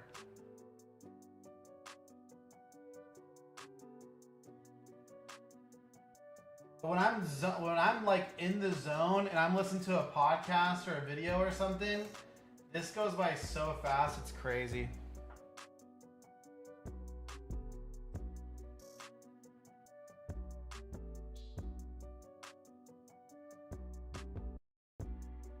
But yeah, I need to get back to sorting and listing Pokemon. I probably have like close to 3,000 cards for 151, just bulk sitting that I need to really get listed.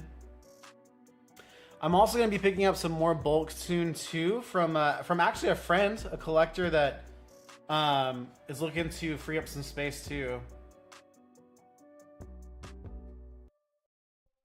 Do you list commons and uncommons as singles or like lots of 100?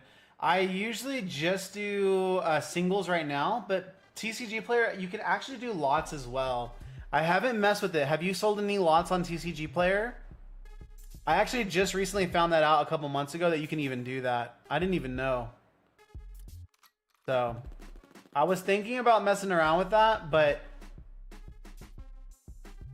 I haven't done it. What is confusing to me about doing the lots is like inventory management. Do you plan to go into TCG Direct at all, or do you think that you'll stay regular level 4? Or thoughts on TCG Player Pro? I should make this a video actually. I'll definitely share my thoughts, but you may see me release a video on this in the future too.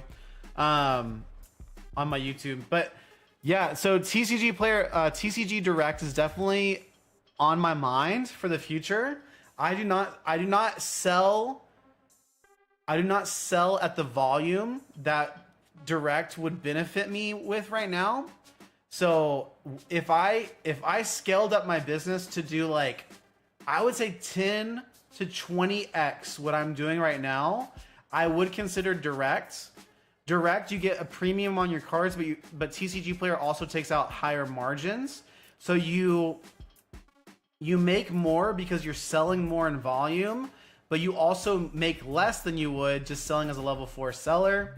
And then TCG Player Pro, I think, has some really cool benefits as well. Actually, PokePaster talks about it all the time.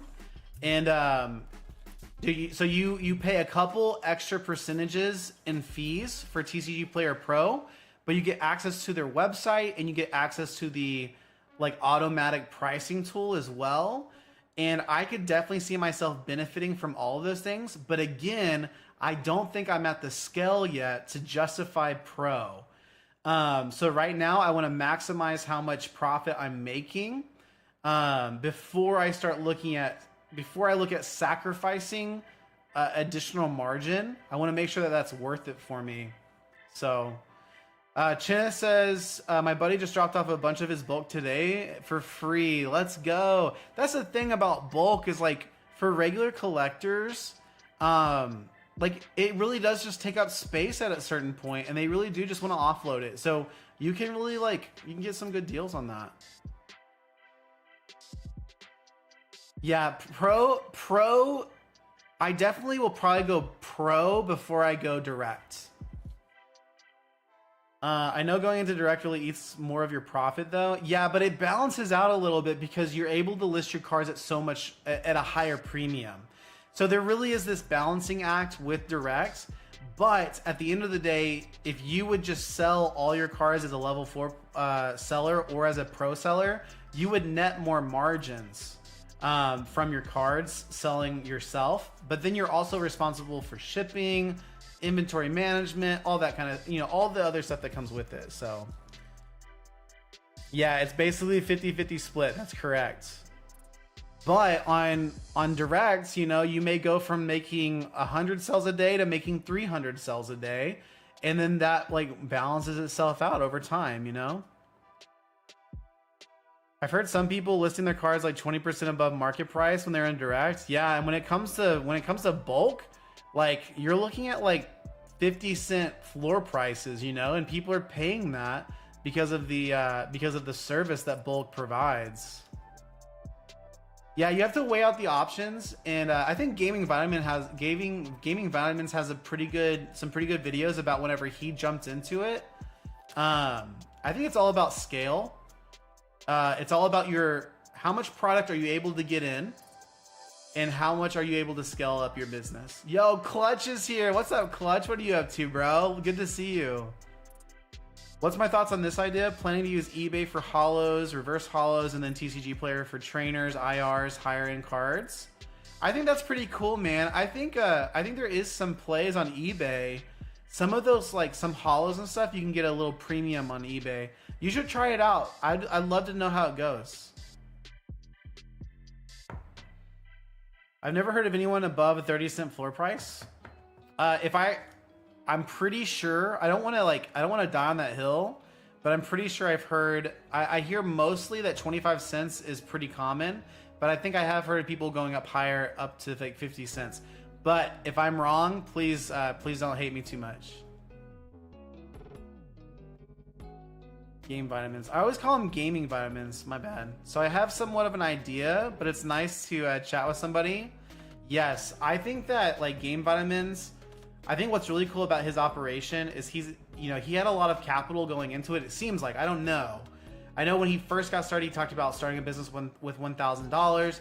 And then some of his further videos, he was like, yo, this is working so well that I'm going to put more money and capital towards it. And then, he started doing mass box openings of 20, 30 boxes at a time. So, I think at that scale, I want to work up to that scale and see if that makes sense for me too, if that makes sense. Yeah, he owns other businesses too, right? Yeah, he seems like a cool guy. Clutch, are you here, brother? I think it was something like financing. Oh yeah, maybe so. I don't remember what he did. No, that's it. When you have more capital for your business, if you have more working capital, it opens up more opportunities and avenues. I think that people, when they first get started, there's this temptation to maybe utilize debt or leverage to get you there or to shortcut it, but that's not what I want to do. I'm okay listing these as singles and packing and shipping my 10 to 30 orders a day. This is working really well for me, When you buy Magic the Gathering cards to list, what packs do you buy? Play boosters, commander decks? Do you try to stay away from collectors? That's a really great question. So I actually I utilize Mox Alpha to find the EV for certain products. Mox Alpha, there's actually, I think Game Vitamins on YouTube has some videos about it, and then Rob, oh, what's his YouTube name? I can't remember. There's another guy too. I really like his videos, but he uses it too. But yeah, Mox Alpha will give you the EV, and this is basically the estimated value. RNG Games, yes, dude. RNG Games is awesome. Yeah, he's so great. I've learned so much from his channel. Yeah, him. Yo, dude. If Techie, me even being mentioned by those two guys is crazy to me. That's so cool. So, anyways, Chineth, back to your question. So I use Mox Alpha. I look at the EV of different sets. So like Outlaws of Thunder Junction, it all depends on what you can buy product for. So you can't just run to GameStop or your LGS and buy a box and hope to make money. So we're trying to remove, by doing it this way, you're trying to remove the gamble. You're trying to remove the risk. And so basically, if you can find product at wholesale or close to distribution prices, which is possible, you just have to be creative in how you look for it. And you can buy a lot of boxes. Game Vitamins buys like 30 boxes. So that would be like 5 cases. My math is so bad, but 5 times 6 is 30. But yeah, if you can buy a lot of boxes that way, then you reduce risk and you upside on your profit margin. So play boosters are awesome depending on what set you're buying. Commander decks are absolutely amazing if you know which commander decks you're looking for. For example, I ran into Target, and no, I don't sit in lines, I don't scout products. I walked into my local Target and they had 3 commander decks for Baldur's Gate, and they were priced at $40 each. I bought all 3 of those. The estimated value, the EV on Baldur's Gates, a couple of them is like $120. So I was able to arbitrage that. I bought the boxes at retail, turned that around, sold singles, and made money from that. So I'm trying to answer the question though. Play boosters, 100%. I open a lot of play boosters. Commander decks are really great if you know what you're looking for. Not all commander decks are made equally. For example, if you see like a Fallout commander deck, that could go up in value over time, but right now it's not worth buying and selling. And then collector boosters, I think there's a lot of opportunity with collector's boosters, but it goes back to how much capital I have in my business. I do not have enough capital right now to make plays on collector boosters because they're priced a little bit high for me. I don't want to deploy that much capital and take away from other opportunities, if that makes sense. So let me know if that makes sense. Appreciate you for all the insane amount of knowledge you drop for all of us. Yeah, absolutely. I'm so happy to do it. Let me take notes here. I love all these questions. I really need to remember these so I can do videos on them. Where's my pen?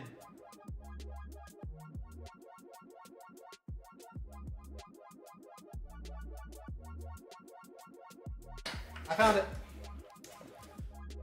Oh yeah, TCG Bull Kings. Yes, dude, I like his videos too. He commented on one of my shorts. Oh my gosh, I was freaking out. I forget his name. Oh my gosh. Yeah, TCG Bull Kings is awesome as well. Totally agree. Oh, you guys have had so many great questions. And obviously, guys, these are from my answers are from my personal experience with my business. Like, I don't know all the answers, right? But I think that's one of the coolest things about watching different content creators is you just kind of you get to kind of jump in along with their journey and see where they're at. So, but like Techie, you see my processes and you're like, I would do things differently. And I think that's awesome. I think that's so cool.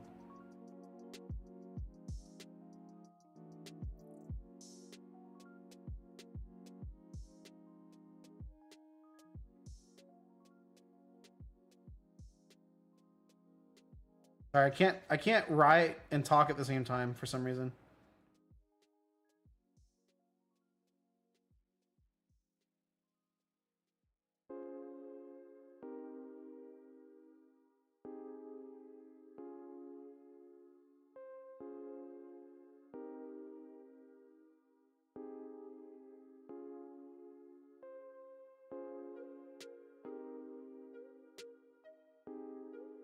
Dude, thank y'all so much. Like, that's like 2 to 3 solid video ideas right there, ready to go.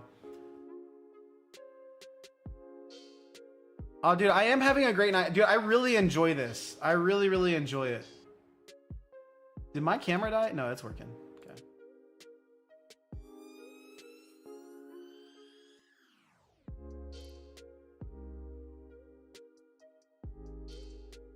Assuming you got the monthly sub for Mox Alpha, yes, it is a paid subscription. So that's the thing. So Chineth, I didn't immediately jump into Mox Alpha for the monthly sub. What I did is I built up just like through my Pokemon cells, I built up this like revenue over time, and then that opened up opportunities to start buying, you know, bulk magic purchases. And then that's what kind of freed up the money to invest in Mox Alpha and things like that. Oh yeah, thank you so much, Techie. I appreciate it. Yeah, a trace sorter should probably be on that to buy list. It really should be. In fact, like I should honestly just clear up my sorting tree that I have right now, and it would be fine. Oh my camera. My camera's going in and out, I think.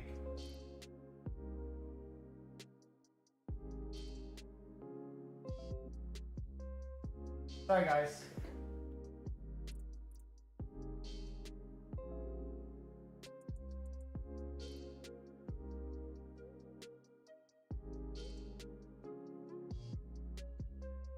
Okay, I think that's good. I'm gonna watch it for a little bit. You're 100% right, Techie. That's 100% right. That's what I'll more than likely do. Just need to get cards listed. That's right. Yeah, as soon as you can start generating that revenue, you can start making those additional decisions. So don't overextend yourself at first. That's another great video idea, guys.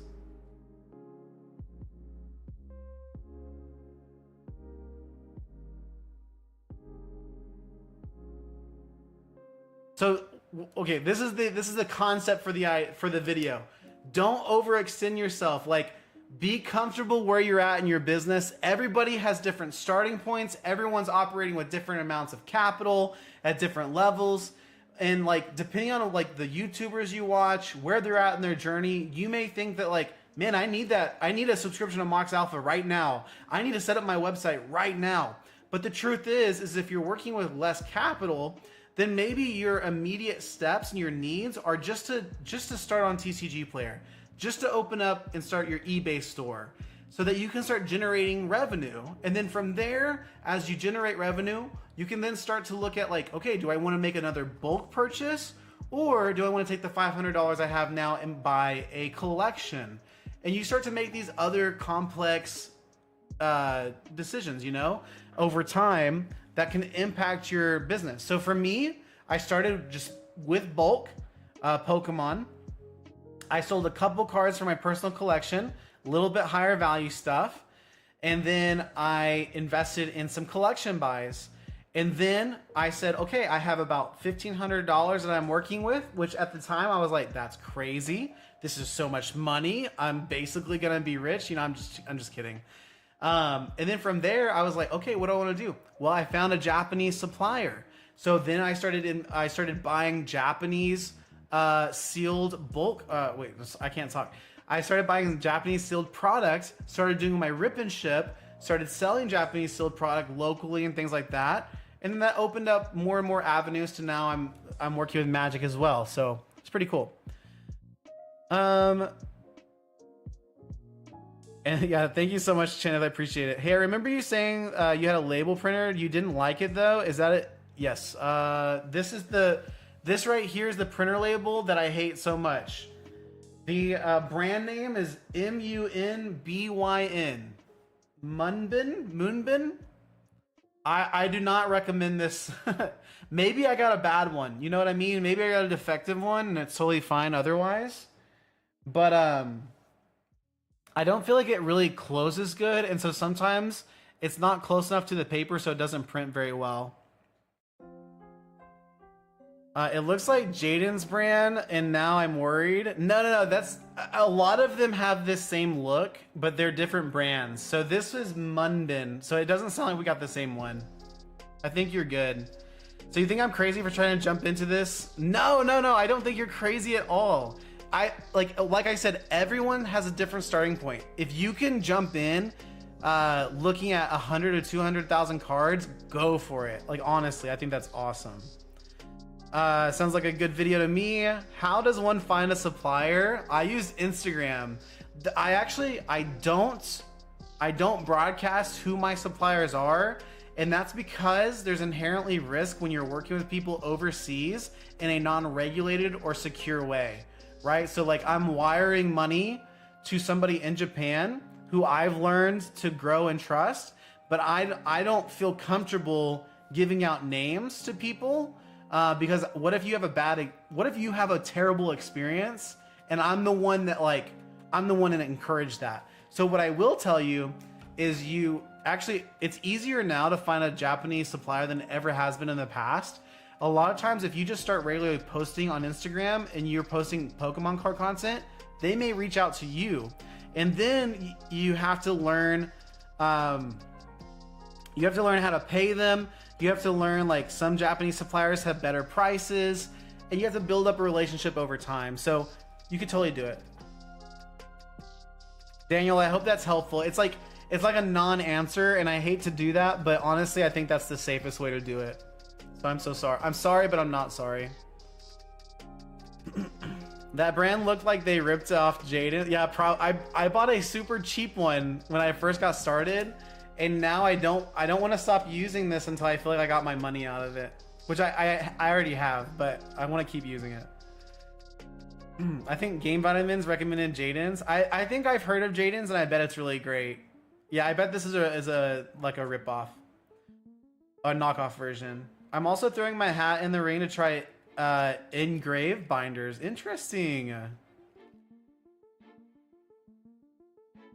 Lightburn software. I got my first Black Bolt photo made and trying to dial in the engraver. That's so cool. I know people make a lot of money selling engraved binders as well. That's so sick. Techie says, I have another question I want to help with. So when you mail cards in an envelope, does the customer have to mark it as received when they get it? Or does TCG Player wait and automatically update it? So yes, that's actually a great question. And the answer is that TCG Player automatically does it. And I think it's 14 days. I think after 14 days, it's marked as confirmed and paid. So I don't think it's 3 or 4 weeks. I think it's just 4. I think it's 2 weeks, maybe 2 weeks to 20 days. That's the other, like, that video I just released about leveling up quickly. That's one of the things I was mentioning. So if you sell a lot of bulk level cards at first, you automatically have to wait that like 2 to 3 weeks to get your sales confirmed. Listen, Techie, 20 days is technically not 3 weeks, but it is. I'm just kidding. It's 3 weeks.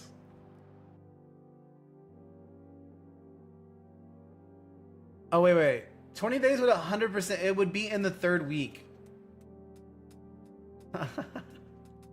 Okay, listen. I studied music in at university. Okay, I was a music student at college, and that means I can only count to 3 and 4. Okay, I just do it multiple times. Oh, Daniel, thanks for understanding, bro. I appreciate it. At least on Prime Day, it was $45. I think 75 to 80 right now. Oh yeah, dude. I think like this one. I think this one was like $40. So this one was like $40, not on sale. So I think that 75 to 80 is probably, and that's not even that bad, honestly. 75 to $80, not bad. I am trolling, but it's unintentionally, to be honest. It's kind of it's a little bit embarrassing, but it's true. Unintentional trolling. Do you ever worry about people saying a more expensive card wasn't received? Yes. We talked about this a little bit, I think yesterday as well. Eminem's here. Eminem, how are you doing? So on TCG Player, they require tracking for any order over $50. So any order over $50 is required to have tracking. However, they do say you can start adding tracking anywhere above $20. Right now, I add tracking to all orders over $25, but I'm thinking about changing that to $35. And people they will reach out to you and say, hey, my order wasn't received. In fact, today I received one of those messages for a $5 order. They said, hey, my order wasn't received. Can you tell me what's going on? When I checked out the order, their estimated delivery date was yesterday, the 25th. But remember, that's an estimated delivery date because their order was shipped in a envelope. And so because of that, I let them know, like, hey, it's totally common for your orders to get received before or after the estimated listed date. And I always say, like, hey, can we wait until this date to see if your order comes in? And if it doesn't, then we can talk about next steps. So from a customer service side, that's the route I go there. And it's worked out really well. Because people will freak out when they don't receive their order when they think they should. But oftentimes, it'll just be there the next day or the day after. So.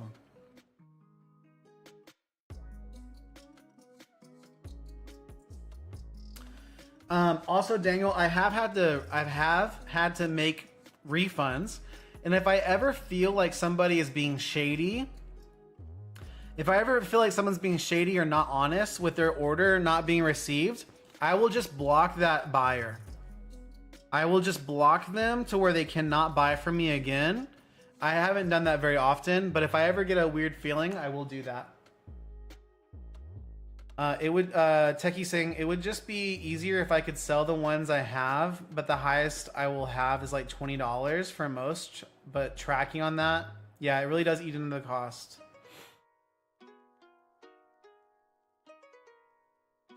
Oh, you're having trouble finding somebody that has a bunch of like $30 to $45 cars they're willing to split or go at 70%? It can be difficult. I have had some luck though. I've bought a lot of collections at 70 to 75%. 75% is pretty high. So you are kind of eating into your profit there, but you could go up to 75% maybe. But yeah, it does eat into your profit there. So you have to account for that. You're 100% right.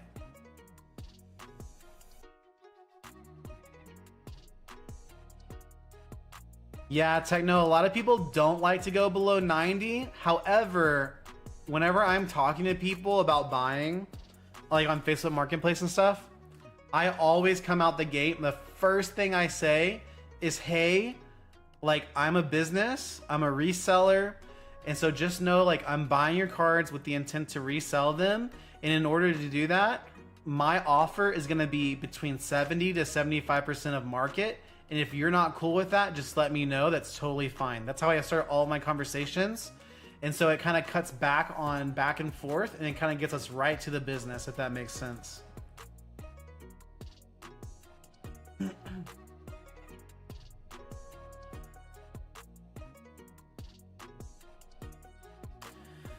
Oh, Daniel says I track all my envelopes using the United States Postal Service Informed Delivery IMB system. How much does that cost something? I've never heard of that.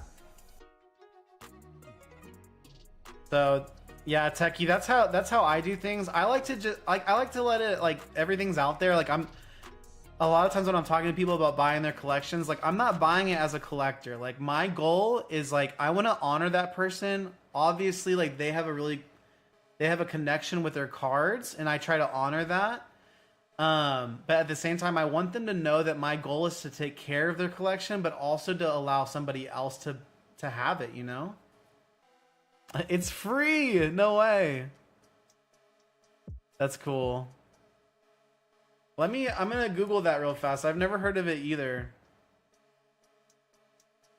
USPS IMB system.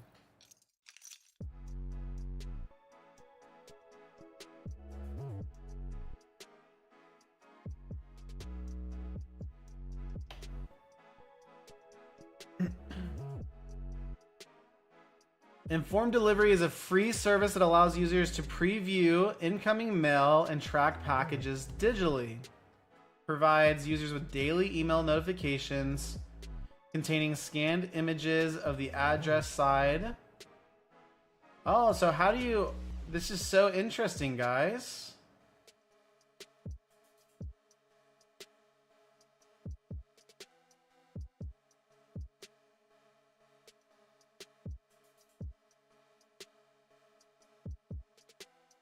So I'm just reading.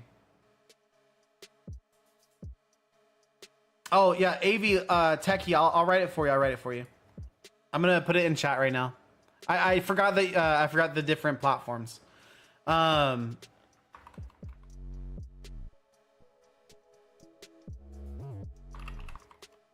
that's what I searched in Google, and I found the information for you. You should definitely check it out. But kind of a pain to get set up. It's what eBay uses to track envelopes, so it's a barcode unique to your account, but only you can see the tracking. So, do you have to add that to all of your envelopes? I'll have to look at it.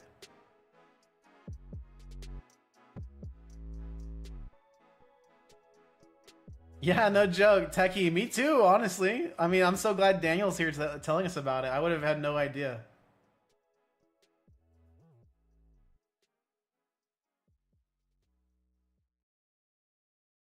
So yeah, this is very interesting. Definitely something I want to look at, see if it's something I can incorporate in my stuff.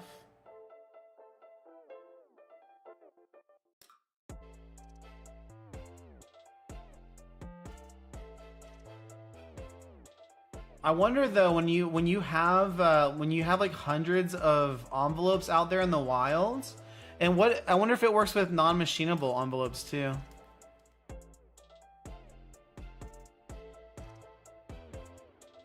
Yeah, Techie, I totally agree. Like I wouldn't technically, like, I probably wouldn't ever share it with the customer, but it would give me an opportunity for when people reach out, like, and they're confused about something, it would give me an added layer of like security to be able to look at something like that. You add the buyer's address and then print it on the envelope. Look up the Quick Letter Track. That's the software you'll use to make it happen.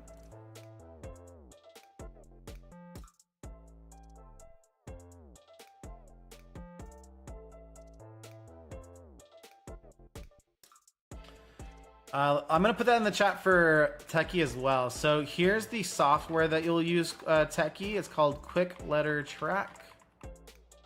I just Googled it. It definitely is legit, comes up with stuff as well. Dude, this is so cool, Daniel. I'm definitely gonna have to look this up.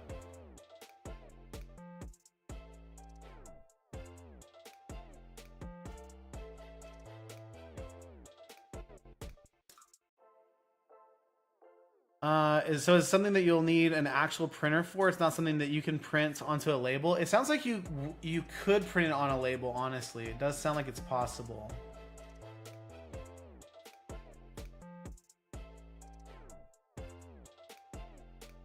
I'm gonna have to try to look this up. So here's what it does. Here's what Quick Letter Track does. It generates barcodes for mailing pieces, which can be printed directly or copied into a layout according to Postage Saver. I'm reading directly from Google. It uses the USPS Informed Visibility System to track mail and retrieve tracking information. The software is $30. It's a one-time payment of $30. You can print it on whatever you want. Chida says, so it looks like in my state I need a reseller's license and a trade license. Interesting.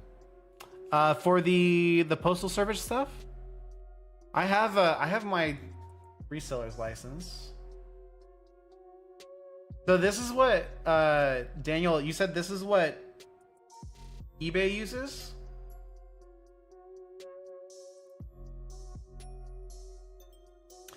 While it tracks the progress of mail through the postal service, it doesn't guarantee delivery confirmation to the recipient's mailbox. So that's something important to note. So you can kind of track it as it's going through the system, but you won't get like a confirmation once it's received, right? Once they drop it off in the mailbox. But you would be able to see it like arrive at the correct like postal office and stuff like that. So it does kind of give some security there. Oh, Daniel says you don't need any license. So Chineth, what are you?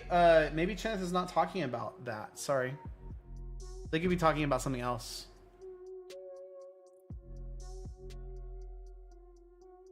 eBay uses it, but for them, they have a deal with the USPS where buyers can track it on eBay. Oh, that's cool. That's really cool.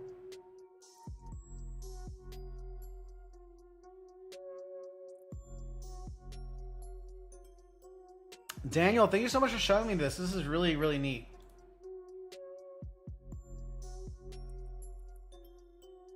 I'm curious to see how I would utilize this, so I'm gonna have to look into it. Yo, Spiritual's here. Been following for 4 years, 7 months, and 22 days like a beast. Let's go. Daniel says it will say expecting another scan. No, should be delivered. Oh, that's cool. So it does kind of give you an idea. Oh, no worries, Chineth. You're good. Are you talking about like just being able to sell cards? I always recommend that you look into reseller license in order to benefit from like not having to pay sales tax and stuff like that on any of your products when possible.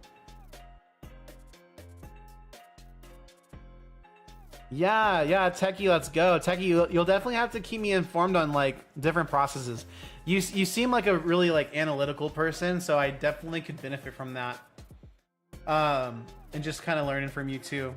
And then it shows you all of the tracking info from your mailbox all the way to the destination post office. That's sick.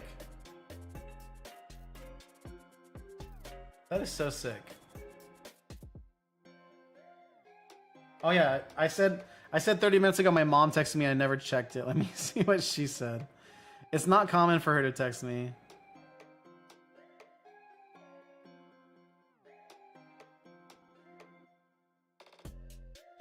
It wasn't important. It wasn't important. That's good. It is fine. Are you guys good about texting back in general? I'm not good at texting back. To be honest, I'm pretty bad at it. Not gonna lie.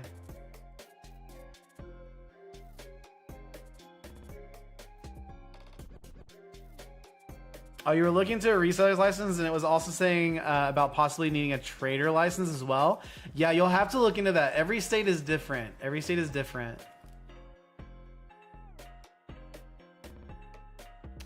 Tech says, oh, another question. Do you think a PO box is needed for returns? I've seen that TCG Bolt King doesn't use his home address, but pays for a PO box instead. I also pay for a PO box, so I don't have to use my home address.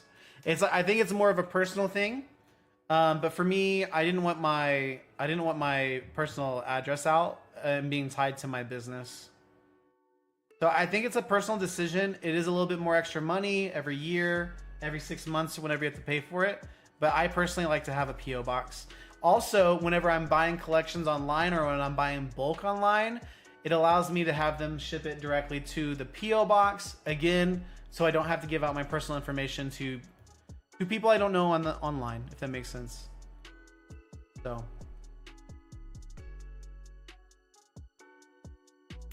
Daniel does have an important note here. They say, just note it's not supported by TCG Player as a verified delivery.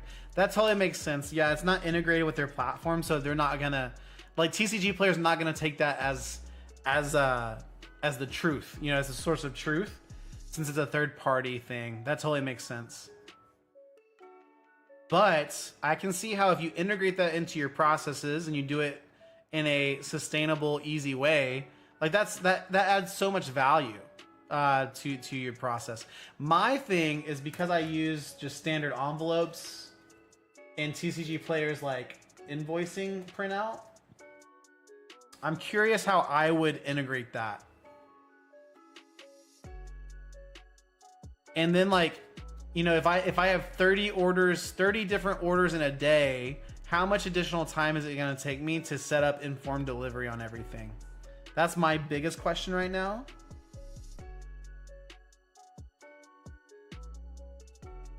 It sounds awesome though.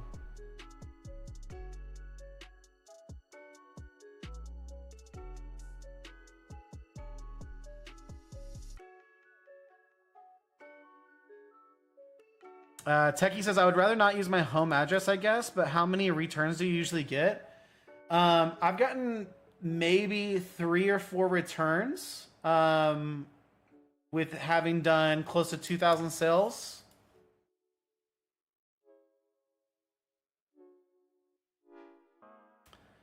I think I might have over 2,000 sales once everything goes through.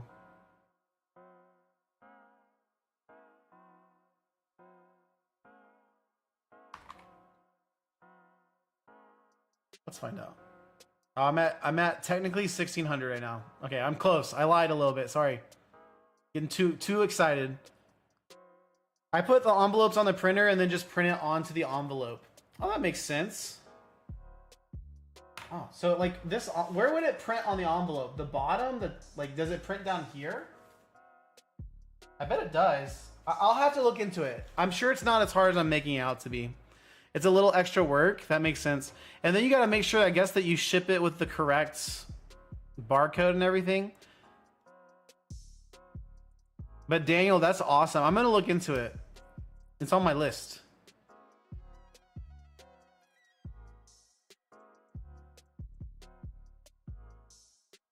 Yeah.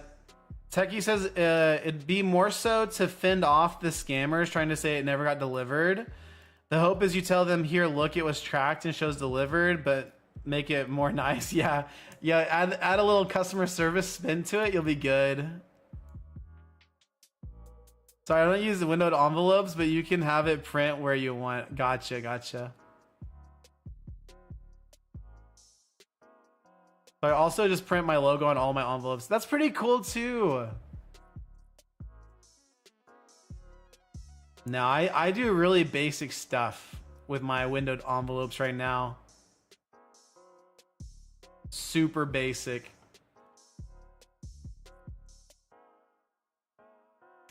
But honestly, I've shipped a lot of envelopes without anything like that, and it is extremely rare, guys. Believe it or not, it's extremely rare for like envelopes to not be delivered. So whenever somebody reaches out saying that something's not delivered, a lot of times they're just like overly ambitious, like they're reaching out too early and everything. But yeah. PCG Bolt Kings has a stamp with his return address and his logo, so I thought that was cool. Yeah, that is super cool. I just got a stamp with my return address, but I didn't put a logo on there. That's a good idea. Daniel, I love the idea of printing, like having custom envelopes. Maybe one day when I'm really big, I'd do that. I think that's such a cool little twist to it.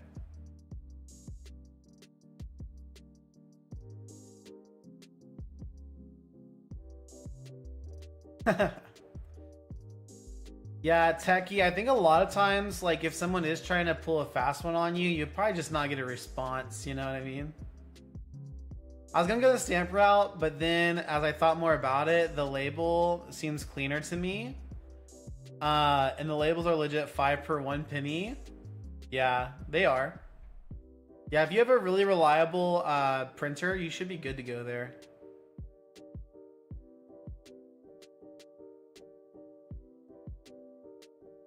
$1 per 2 orders. Well, what are you spending on envelopes though?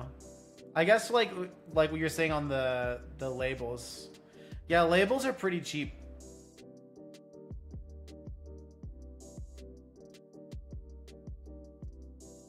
And if you dollar cost average everything, yeah, 5 cents per envelope. Not too bad, not too bad. Laser printing is king. Laser printing is sick.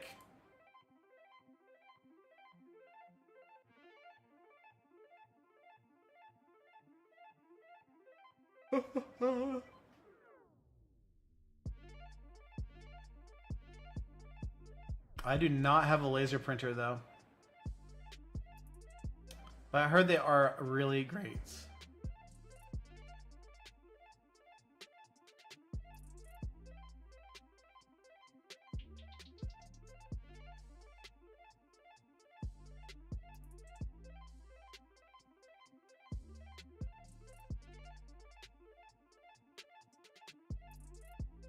Thermal printing printer, no ink, so it's nice. Not sure how long they actually last though. Yeah, that's something I'm curious about too. Is like how long does the thermal printer actually last?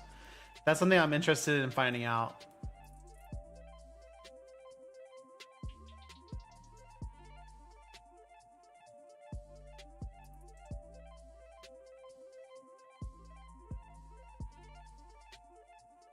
Guys, it's been fun. I think that we may call it here, guys. It's been super fun. I'll definitely see you guys online. Be sure if you want to like reach out in a comment section, reach out on DM. I'll also be live again next week for stream on Friday and Saturday though. But I hope you guys have a great rest of your weekend. It's been really fun to chat. I've learned a lot from you guys. You guys have awesome questions. Daniel, thank you so much for sharing about the informed delivery with us. That was so sick. I can't wait to learn more about it. But yeah. Kind of sad you only stream 2 days of the week. Could definitely watch you every day. I used to stream every day a couple years ago. It was really fun. If I had more time, I would. But I try to be really consistent on Fridays and Saturdays. Thank you so much, Techie. It's always really fun to hang out. Really appreciate it. You guys have a great rest of your weekend, everyone. Wait, Chinna says, do you ever show anyone your reseller certificate? Sometimes there's a little ID on it. There's an ID on your reseller certificate that you'll need sometimes, but no, you don't really need to. I've never had to like, maybe I've had to take a picture of it before for a couple of websites, but no. No problem, I'll be back to help you out. Yo, I appreciate it, Dan.